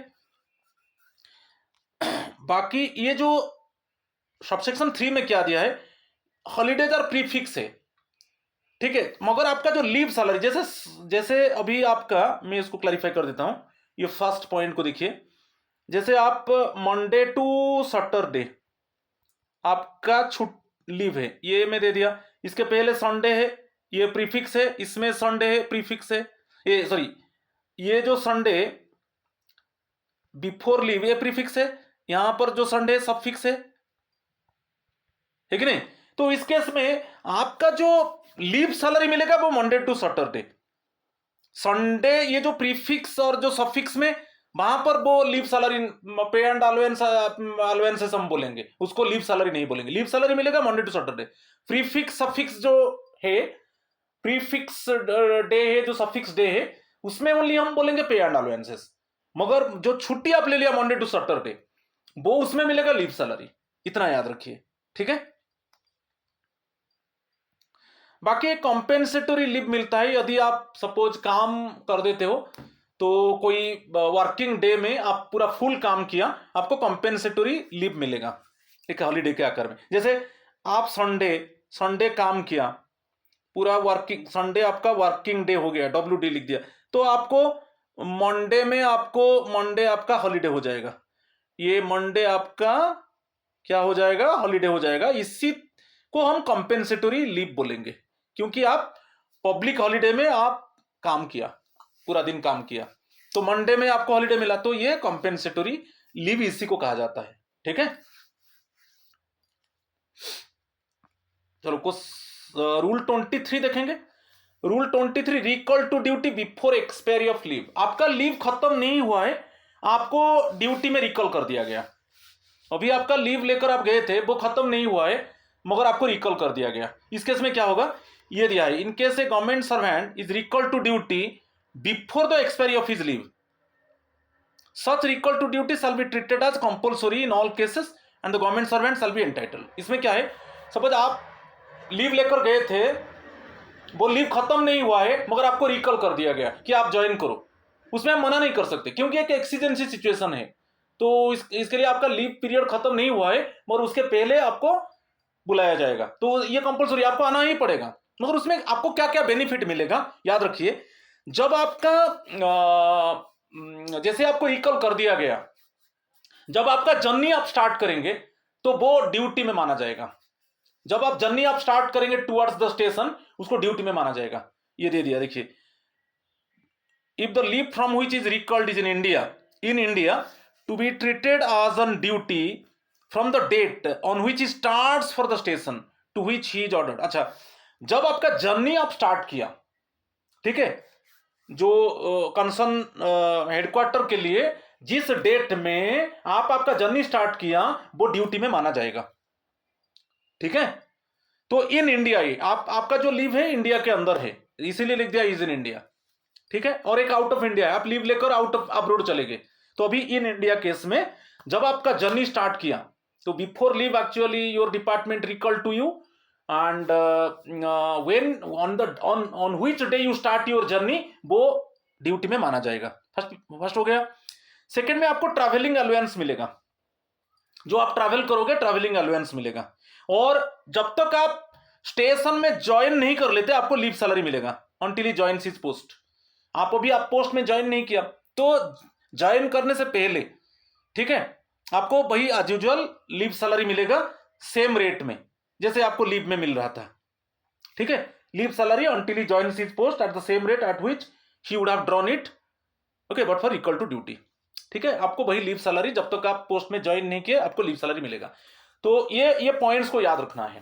फास्ट है, जब आपको आपका लीव खत्म नहीं हुआ है, आपको रिकॉल कर दिया गया, और इस केस में आप on which date actually you start your journey, उसी डेट से आपका ड्यूटी स्टार्ट हो गया, ड्यूटी में इंक्लूड होगा, ट्रैवलिंग अलाउंस मिलेगा।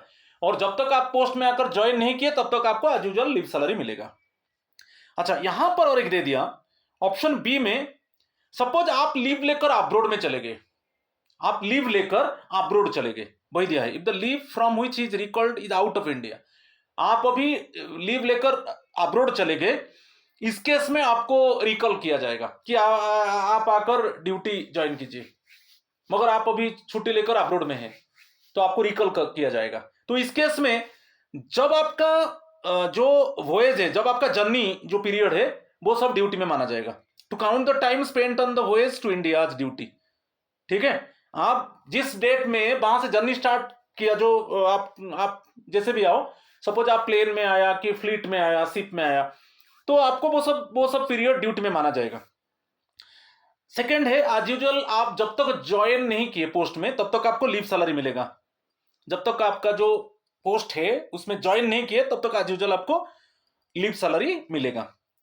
Free passage to India, freely आप जो आओगे ना, वो उसमें आप जो भी एक्सपेंडिचर होगा तो वो फ्री रहेगा, आपको रिफंड कर दिया जाएगा, फ्री पैसेज रहेगा, ठीक है। और एक मजा बात है, जब refund of his passage from India कब होगा, सपोज आपका दो कंडीशन है, आपका जो लीव है वो हाफ ऑफ द पीरियड के पहले आपको रिकॉल कर दिया गया, if he has not completed half the period of his leave by the date of living for India on recall. जब आप अभी छुट्टी लेकर चले गए अब्रॉड को, आपको जब रिकॉल किया गया, देखा गया आप हाफ ऑफ द लीव आपका कंप्लीट नहीं हुआ है, और क्या है, और 3 months, इसी में जो कॉम है विच एवर इज सटर, इसके ऊपर क्वेश्चन आता है। लीव लेकर आप अब्रॉड चले गए और आप half of the leave complete नहीं किया, आपको रिकॉल किया जा रहा है, ठीक है। तो दो ऑप्शन है, आइदर आप half of the leave complete नहीं किया है, आपको अब्रॉड से रिकॉल किया जा रहा है, और 3 months उसमें जो सटर है, ठीक है। और इस केस में क्या होगा, आप जब लीव लेकर अब्रॉड गए थे, जो भी आप एक्सपेंडिचर किया था उसको रिफंड कर दिया जाएगा, मगर इस कंडीशन में जब आपको रिकॉल किया जाएगा, आप छुट्टी लेकर अब्रोड चले गए, जब अब्रोड से आप फिर आकर ड्यूटी ज्वाइन करोगे, उसमें जो भी ट्रैवलिंग है, आप ट्रैवलिंग एक्सपेंडिचर एक्चुअली वो सब गवर्नमेंट बियर करेगा, आपका डिपार्टमेंट बियर करेगा, ठीक है। और वहां से आप जर्नी जैसे स्टार्ट किया वो ड्यूटी में माना जाएगा, ठीक है। वही दे फ्री पैसेज टू इंडिया। मगर यहां पर एक मजा बात है, यदि जब आपको रिकॉल किया गया अब्रोड से, तब यह देखा गया कि आप जो छुट्टी लेकर गए थे अब्रोड, उसमें either half of the leave आप कंप्लीट नहीं किया है और 3 मंथ्स, इसमें जो शटर है, इस केस में आप जब इंडिया से जब लीव लेकर आप इंडिया से अब्रोड गए थे, जो भी पैसा खर्च किया था, ओके, तो वो रिफंड हो जाएगा, ठीक है। और बाकी ट्रैवलिंग अलाउंस भी है, travelling allowance under the rules for the time being in force. जैसे आप लैंडिंग किए, for travel from the place of landing in India to the place of duty, जैसे आप लैंडिंग करके फिर आप प्लेस ऑफ ड्यूटी को जाओगे तो ट्रैवलिंग अलाउंस वो भी मिलेगा, तो पूरा फ्री है। जब आपको रिकॉल कर दिया गया तो आप अब्रोड से आओगे तो पूरा सब फ्री है, ठीक है, क्लियर। और जब आपका वहां से आपका जर्नी स्टार्ट हुआ वो भी ड्यूटी में माना जाएगा, ठीक है। और जब लैंड करके आप आपका स्टेशन को मूव करेंगे वो भी ट्रैवलिंग अलाउंस मिलेगा। मगर इसमें इसी चीज बहुत इंपॉर्टेंट है, थर्ड बिट बहुत इंपॉर्टेंट है। यदि आपका आइदर आप हाफ ऑफ द लीव आप कंप्लीट नहीं किया जब आपको रिकॉल कर दिया गया अब्रोड से इंडिया को, और 3 मंथ्स, इसमें जो शटर है, इस केस में जब आप लीव लेकर इंडिया से अब्रोड गए थे, जो भी आपको इट मींस पैसेज में एक्चुअली जो भी ट्रैवलिंग में खर्च हुआ था वो रिफंड होगा, ठीक है। पैसेज मींस क्या है, आप प्लेन में गए थे कि आप फ्लीट में, किसी शिप में, जो भी पैसा खर्च किया था वो रिफंड किया जाएगा। Next one, rule 24, return from leave. Return from leave क्या है, आप वंस लीव ले लिया तो आप लीव आपका खत्म नहीं हुआ है तो आप फिर आप रिटर्न करना चाहते हो, तो उस केस में आपको जो भी लीव अथॉरिटी आपको ग्रांट किया था उनका परमिशन चाहिए। ये दे दिया, government servant on leave shall not return to duty before the expiry of the period of leave granted to him unless he is permitted to do so by the authority which granted him leave. Suppose आप leave लेकर गए थे, वो leave खत्म नहीं हुआ है, फिर आप रिटर्न आकर ज्वाइन करना चाहते हो, तो उस केस में जो लीव अथॉरिटी आपको ग्रांट किया था लीव, उनका परमिशन चाहिए। उनका बिना परमिशन से जितना दिन लीव लिया था उसके पहले आप आकर ज्वाइन नहीं कर सकते, तो आपको जो भी लीव अथॉरिटी ग्रांट किया था लीव, उनका परमिशन चाहिए। सेकेंड वन, जो लीव प्रिपेरेटरी टू रिटायरमेंट है, जस्ट सुपर अन्वेषण के पहले, जैसे 300 डेज ईएल आप ले सकते हो, मैक्सिमम 300 डेज ईएल आप ले सकते हो जस्ट बिफोर सुपर अन्वेषण, आप जानते हो। तो आप सपोज 3 ले लिया, मैक्सिमम 300 डेज ईएल आपको लीव प्रिपेरेटरी टू रिटायरमेंट मिलेगा। मगर उसके सपोज आपका एलपीआर खत्म नहीं हुआ है, फिर आप ड्यूटी में ज्वाइन करना चाहते हो, तो ऐसे नहीं कर सकते। मगर हाँ, जो आपका अपॉइंटिंग अथॉरिटी है, यदि उनका परमिशन आप लेना पड़ेगा। यदि आपका लीव प्रिपेरेटरी पीरियड खत्म नहीं हुआ है, आप ज्वाइन करना चाहते हो, तो आपका जो पोस्ट का जो अपॉइंटिंग अथॉरिटी है उनका परमिशन चाहिए, ठीक है। जो पोस्ट का अपॉइंटिंग अथॉरिटी है उनका परमिशन चाहिए, तो अब आकर आपका लीव प्रिपेरेटरी टू रिटायरमेंट जो पीरियड है वो खत्म नहीं हुआ है, उसके पहले आप ज्वाइन कर सकते हो। ये बहुत इंपॉर्टेंट है, ठीक है। बाकी जो फिटनेस सर्टिफिकेट में बोला था, यदि आप मेडिकल इलनेस में आप छुट्टी लिया है तो आपको फॉर्म 5 में फिटनेस सर्टिफिकेट आपको देना पड़ेगा, फॉर्म 5। तो मैं बोला था जो गेजेटेड गवर्नमेंट सर्वेंट है वो उनका मेडिकल सर्टिफिकेट वो उनको जो मिलता है फॉर्म 3 में, नॉन गेजेटेड को फॉर्म 4 में, और मेडिकल सर्टिफिकेट जो डिसेबल गवर्नमेंट सर्वेंट है उसको फॉर्म 3A में, और बाकी फिटनेस सर्टिफिकेट फॉर्म 5 है, फिटनेस सर्टिफिकेट, ठीक है। यहां पर दे दिया, और एक दे दिया, इफ द गवर्नमेंट सर्वेंट, ये बहुत इंपॉर्टेंट है, if the government servant is a gazetted officer the certificate under clause A shall be obtained from A medical board accept in the following cases. क्या है, यदि गवर्नमेंट सर्वेंट गेजेटेड ऑफिसर है, उसको कुछ condition में जो medical certificate वो लाएंगे वो मेडिकल बोर्ड से लाएंगे, ठीक है।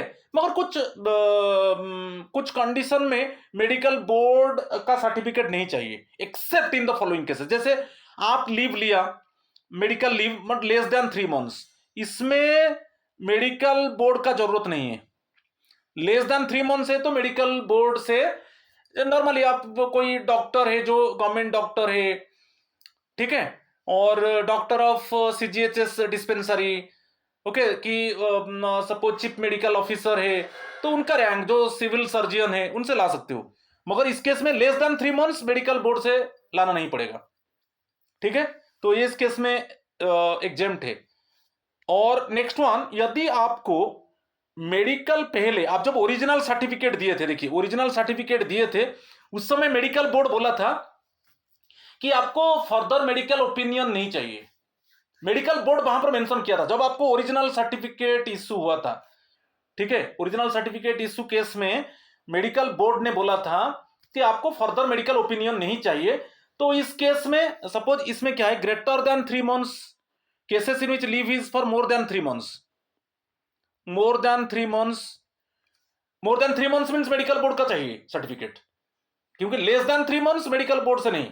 मगर ये सब गेजेटेड गवर्नमेंट सर्वेंट के लिए, गेजेटेड गवर्नमेंट सर्वेंट के लिए मैं बोल रहा हूं। यदि मोर देन 3 मंथ्स आपको मेडिकल सर्टिफिकेट जो इश्यू करेगा वो मेडिकल बोर्ड करेगा, ठीक है, मेडिकल सर्टिफिकेट जो इश्यू होगा, एमसी जो इश्यू होगा वो मेडिकल बोर्ड करेगा, मगर इस केस में नहीं करेगा। सपोज मोर देन 3 मंथ्स है और लीव फॉर 3 मंथ्स और लेस इज एक्सटेंडेड, आपका लेस देन 3 मंथ्स था मगर अभी एक्सटेंड हो गया, मोर देन 3 मंथ्स हो गया, मगर इसमें मेडिकल बोर्ड जब ओरिजिनल सर्टिफिकेट इश्यू हुआ था मेडिकल बोर्ड तब बोला था कि आपको सेकेंड मेडिकल ओपिनियन नहीं चाहिए।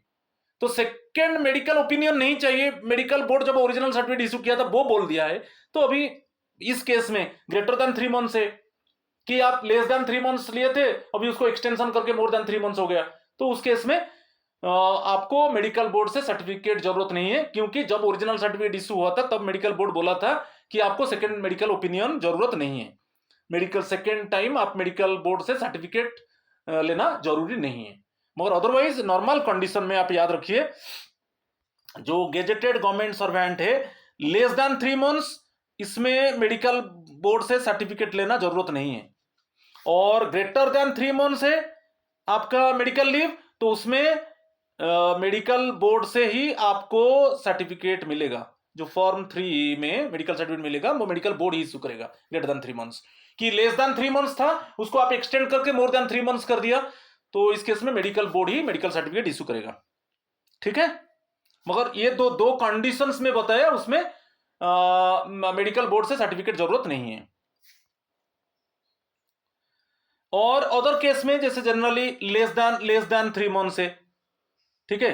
गेजेटेड गवर्नमेंट सर्वेंट का, गेजेटेड गवर्नमेंट सर्वेंट जो गेजेटेड गवर्नमेंट सर्वेंट है कि नॉन गेजेटेड है, नॉन गेजेटेड भी है, नॉन गेजेटेड मेडिकल बोर्ड से नहीं है। Suppose gazetted government servant less than 3 months है, वो किससे सर्टिफिकेट लेंगे? Chief medical officer, district medical officer, civil surgeon, staff surgeon, medical officer of equivalent status including a medical officer, और central government health scheme, और for authorise medical attendant और the medical superintendent, उनसे आप certificate fitness certificate ले सकते हो। यदि आपका जो गेजेटेड गवर्नमेंट सर्वेंट के लिए लेस देन 3 मंथ्स है, ठीक है, इनसे आप सर्टिफिकेट ले सकते हो। और नॉन गेजेटेड के लिए इनसे ही मिलेगा, मेडिकल बोर्ड का जरूरत नहीं है। मगर गेजेटेड गवर्नमेंट सर्वेंट का जब ग्रेटर देन 3 मंथ्स हो जाएगा तब मेडिकल बोर्ड ही सर्टिफिकेट इशू करेगा। मगर सम एक्सेप्शनल केसेस था, मैं बता दिया, ठीक है। In the case of a non-gazetted government servant, the authority under which the government servant is employed on return from leave may in discretion accept a certificate signed by, ये देखिए, registered medical practitioner। Non gazetted government servant के लिए registered medical practitioner fitness certificate देगा, ठीक है, clear. तो gazetted के लिए समझ में आ गया कहां पर मेडिकल बोर्ड है और कहां पर अदर्स। और जो नॉन गेजेटेड गवर्नमेंट सर्वेंट जब वो फॉर्म 5 में, ठीक है, फॉर्म 5 में वो अभी जो सर्टिफिकेट देगा वो बेसिकली रजिस्टर्ड मेडिकल प्रैक्टिशनर ही देगा, ठीक है। बाकी ये जो सबसेक्शन 4 बताया, इसमें मैं इसको देखिए कंफ्यूजन आपको लगेगा, मगर इसमें थोड़ा मैं बता देता हूं कि जब जो लीव अथॉरिटी आपको लीव ग्रांट किया था, जिस पोस्ट में आपको लीव ग्रांट किया था, फिर आप आकर उसी पोस्ट में ज्वाइन करना है, ठीक है। इसमें देखिए, इसमें कंफ्यूजन है। Government servant returning from leave is not entitled in the absence of specific orders to that effect to resume as a matter of course the post which he held before going on leave। इसमें थोड़ा confusion है, मगर इसमें clearly mention है सच government servant शैल report. अच्छा, आप जिस leave authority से आप छुट्टी लेकर गए थे उसी लीव अथॉरिटी को आप रिपोर्ट करोगे। जब आप रिटर्न आएंगे उसी लीव अथॉरिटी को आप रिपोर्ट करेंगे, उसमें आप चेंज नहीं हो सकता। जब तक आपको नोटिस मिलेगा, सपोज एक लीव अथॉरिटी से आप छुट्टी लेकर गए थे, आपको एक नोटिस मिला कि जिस लीव अथॉरिटी से आप छुट्टी लेकर गए थे उनको रिपोर्ट नहीं करोगे, इस लीव अथॉरिटी को रिपोर्ट करोगे, मगर वहां पर नोटिस मिलेगा। यदि नोटिस नहीं मिलेगा, जिस लीव अथॉरिटी ने आपको परमिशन दिया था उसी लीव अथॉरिटी को आकर आप क्या है रिपोर्ट करोगे। इतना याद रखिए, हो जाएगा। ठीक है। और जो ट्यूबरकुलोसिस टाइप ऑफ डिजीज है उनको रिकमेंड किया जाएगा जब फिटनेस सर्टिफिकेट देंगे कि उनको लाइट वर्क देना है। ट्यूबरकुलोसिस टाइप ऑफ डिजीज में जब वो मेडिकल फिटनेस सर्टिफिकेट देंगे उसमें क्लियरली मेंशन होगा, मेडिकल अथॉरिटी ने मेंशन करेगा कि जो उनको लाइट वर्क, फ्लेक्सिबल वर्क दीजिए। ठीक है।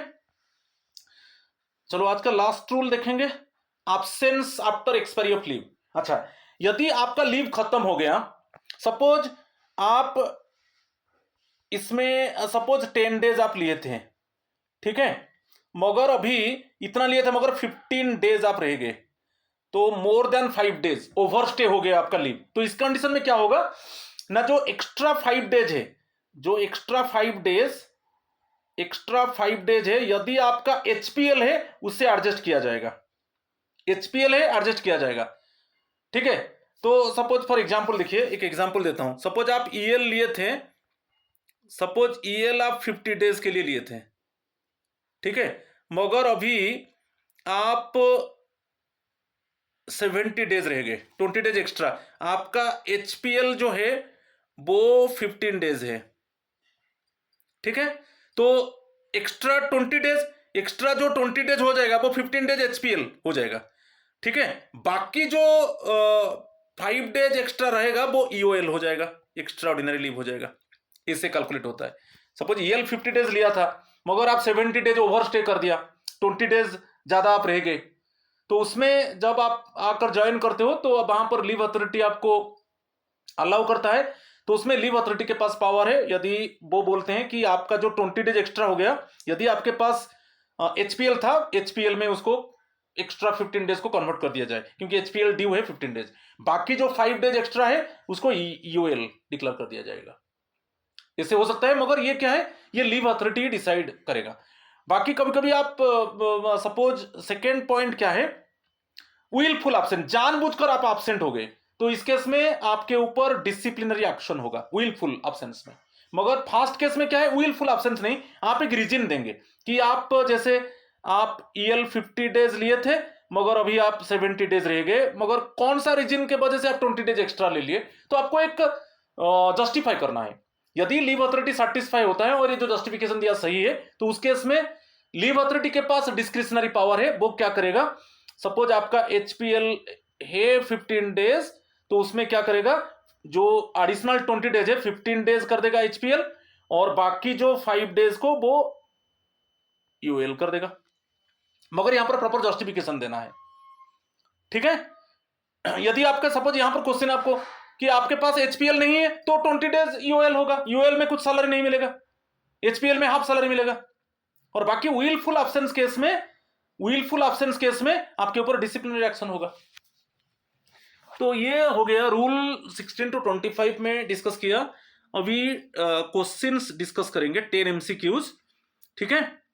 क्वेश्चन नंबर 1 देखिए। क्वेश्चन नंबर 1 क्या है, leave admissibility report is unduly delayed, the authority competent to grant leave may calculate on the basis of available information the amount of leave admissible to the government servant and issue provisional sanction of leave for a period not exceeding। Suppose जब तक एक report जाएगा leave authority के पास कितना leave due है, वो report को check करने के बाद ही लीव सैंक्शन करेगा। मगर अभी क्या है, रिपोर्ट नहीं आ पाया, रिपोर्ट अभी डिले हो गया, तो इस केस में लीव अथॉरिटी जो प्रोविजनल लीव सैंक्शन करेगा वो 60 डेज से ज्यादा नहीं होगा, नॉट एक्सीडिंग। ओके, इस केस में नॉट एक्सीडिंग 60 डेज, जो प्रोविजनल सैंक्शन ऑफ लीव होगा वो 60 डेज से ज्यादा नहीं होगा। ठीक है। यदि सही तरीके से रिपोर्ट नहीं मिलेगा, ठीक है, कि कितना लीव ड्यू है, तो इस केस में वो कुछ इंफॉर्मेशन लेकर कैलकुलेट करके वो प्रोविजनल जो लीव सैंक्शन करेगा वो 60 डेज से ज्यादा नहीं होगा। तो option C is the correct answer. Question number 2, in case of a government servant who has acquired disability the medical authority shall certify in. तो मेडिकल सर्टिफिकेट कौन सा फॉर्म है?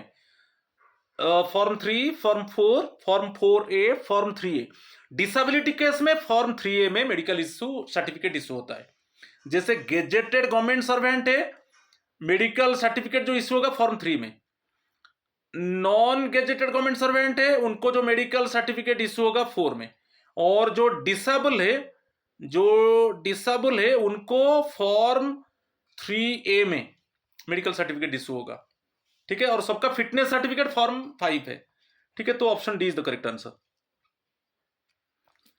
Question number 3, the authority competent to grant leave may in its description waive the production of a medical certificate in case of an application for leave for a period not exceeding dash at a time. मैं बताया था कि suppose आप medical certificate देकर leave देना चाहते हो, ठीक है, मगर वो जो मेडिकल लीव लेना चाहते हो वो 3 डेज से ज्यादा नहीं है, 3 डेज से ज्यादा नहीं है, तो उस केस में अथॉरिटी, जो कॉम्पिटेंट अथॉरिटी है उसके पास पावर है, वो इस केस में मेडिकल लीव आपको नहीं देगा, जो अदर लीव ड्यू है वो दे देगा। क्योंकि आपका जो लीव है not exceeding 3 days at a time, आप मेडिकल सर्टिफिकेट देकर आप छुट्टी लेना चाहते हो तो ये दे दिया नॉट एक्सीडिंग 3 डेज, ठीक है, एट ए टाइम। तो इस केस में अथॉरिटी जो कॉम्पिटेंट अथॉरिटी है उसके पास पावर है, वो इसको मेडिकल लीव नहीं देगा, तो अदर जो लीव ड्यू है उसको देगा। तो option C is the correct answer.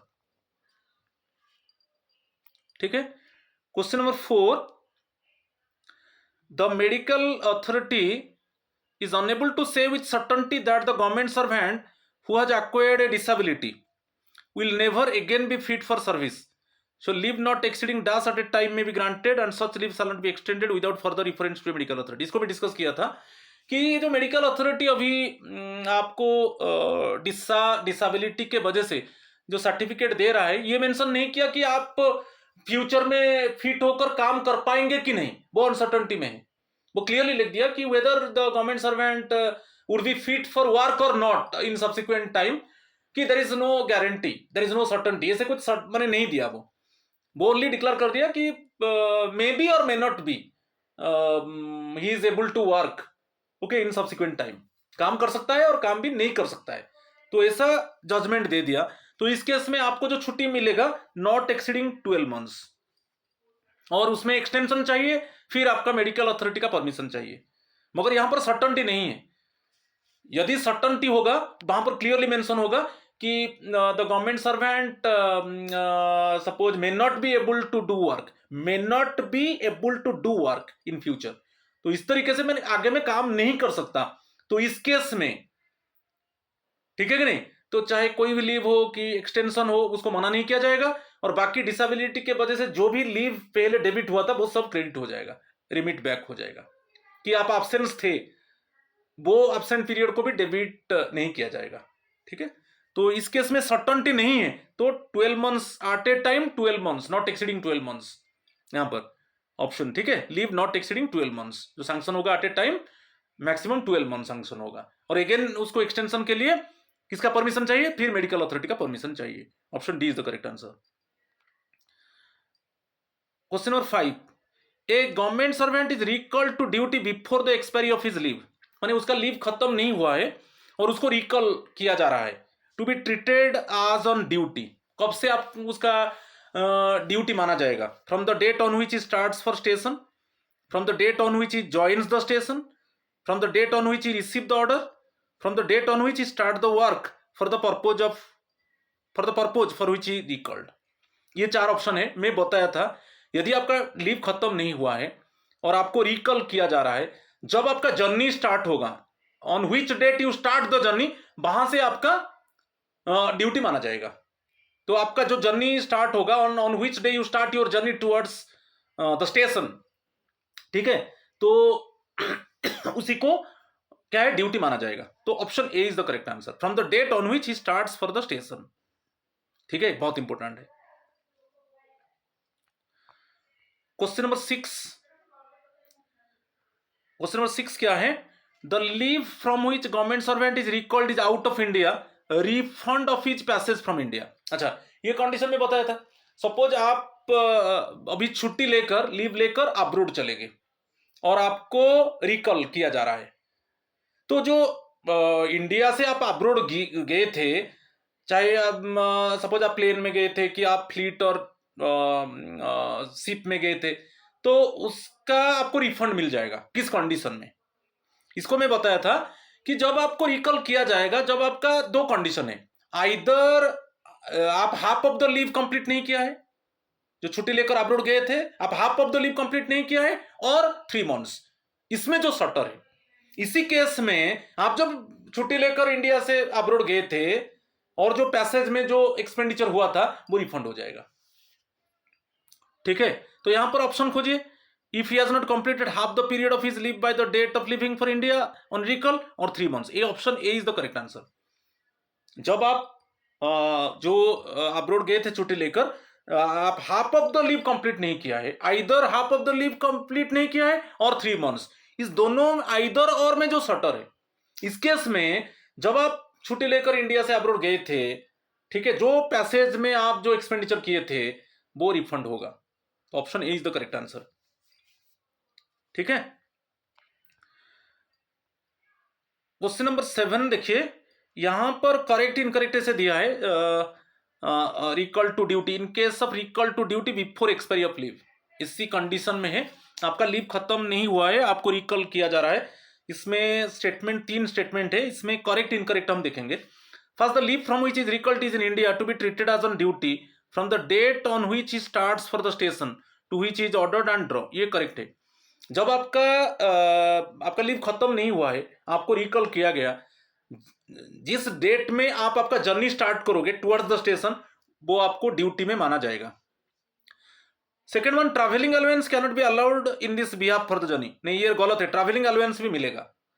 ठीक है, leave salary until he joins his post at the same rate at which he would have drawn it but for recall to duty. ये भी correct है। जब तक आप पोस्ट में join नहीं किए तब तक आपको लीव सैलरी एज यूजुअल मिलेगा, जैसे लीव में मिल रहा था, जब तक आपका पोस्ट में ज्वाइन नहीं किए। तो ये तीनों स्टेटमेंट देखिए, मैं टिक लगा दिया और क्रॉस भी लगा दिया। तो 1 and 3 correct one, only 2 incorrect one, only 2 incorrect one, option C. देखिए, इस तरीके का क्वेश्चन आजकल आ रहा है, तो आपको कंटेंट के ऊपर पूरा कमांडिंग होना चाहिए। चलो वैसा ही क्वेश्चन और एक देखेंगे, क्वेश्चन नंबर 8, इनकरेक्ट स्टेटमेंट को देखेंगे। मैं यहां पर टिक इनकरेक्ट स्टेटमेंट को देखेंगे, ठीक है, जो करेक्ट नहीं है। In case of recall to duty before expiry of leave and the leave from which is recalled is out of India. Suppose आप लीव लेकर अब्रोड चले गए, लीव लेकर अब्रोड में चले गए और आपका लीव खत्म नहीं हुआ है, आपको रिकॉल किया जा रहा है। First one, not count the time spent on the voyage to India duty. नहीं, आप जब आपका जर्नी स्टार्ट किया, ठीक है, तब आपको वो ड्यूटी माना जाएगा। वो they not count the time spent on the voyage to India duty. No, ये गलत है, ये ड्यूटी में माना जाएगा। ये फ्री पैसेज टू इंडिया, ठीक है, जो इंडिया को आप आओगे फ्री पैसेज मिलेगा। Refund of his passage from India if he has not completed half the period of his leave by the date of living for India on recall और 3 months whichever is shorter, ये भी correct है। Travelling allowance can not be allowed for travel from the place of landing in India to the place of duty, ये गलत है। जो आप landing करोगे, ठीक है, चाहे एयरपोर्ट हो, ठीक है, चाहे आपका डॉकयार्ड हो, उससे आप आपका स्टेशन में जाओगे, जो भी ट्रैवलिंग अलाउंस आपको मिलेगा, मगर यहां पर दिया है नहीं मिलेगा। तो देख लीजिए, option 1 and 4 incorrect one, option B is the correct answer. ठीक है, question number 9, a government servant on leave preparatory to retirement shall be returning to duty with the consent of the dash. मैं बताया था कि आप leave preparatory to retirement, जो just before superannuation, आप जानते हो, आप मैक्सिमम 300 EL आपको मिल सकता है जस्ट बिफोर सुपरएनुएशन। सपोज आप खत्म नहीं हुआ LPR, आप ज्वाइन करना चाहते हो, मैं बोला था किसका परमिशन चाहिए, आप ऐसे आकर ज्वाइन नहीं करोगे। आप LPR लिया था, सपोज 300 डेज EL लिया था, उसके पहले आप ज्वाइन करना चाहते हो, तो आप जो जिस पोस्ट में हो उसका जो अपॉइंटिंग अथॉरिटी है, authority competent to appoint him to the post, appointing, आपका अपॉइंटिंग अथॉरिटी, ठीक है, appointing authority to appoint him to the post, वही उनका परमिशन लोगे, वो परमिशन देते हैं तो उसके पहले आकर आप ज्वाइन कर सकते हो, जितना दिन का एलपीआर लिया था उसके पहले आप ज्वाइन कर सकते हो। Option A is the correct answer. आज का लास्ट क्वेश्चन है कि government servant who has taken on medical certificate may not return to duty until he has produced a medical certificate of fitness। तो आपको fitness certificate देना पड़ेगा। Gazetted government servant की non gazetted है कि आप सपोज डिसेबिलिटी में छोड़ दीजिए, तो नॉर्मली आप fitness certificate form 5 option D is the correct answer. तो ये जो रूल 16 to 25 में डिस्कस किया और 10 एमसीक्यूज किया, इसमें आपको बहुत कुछ इंपॉर्टेंट इंफॉर्मेशन मिला। यही पार्ट बहुत इंपॉर्टेंट है। उसके बाद क्या होगा, डिफरेंट काइंड्स ऑफ लीव हम डिस्कस करेंगे।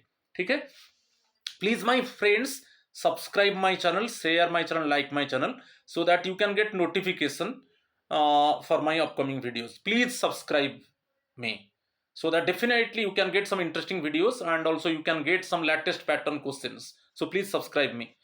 आज इतना ही है। थैंक यू एंड नमस्कार टू ऑल ऑफ यू।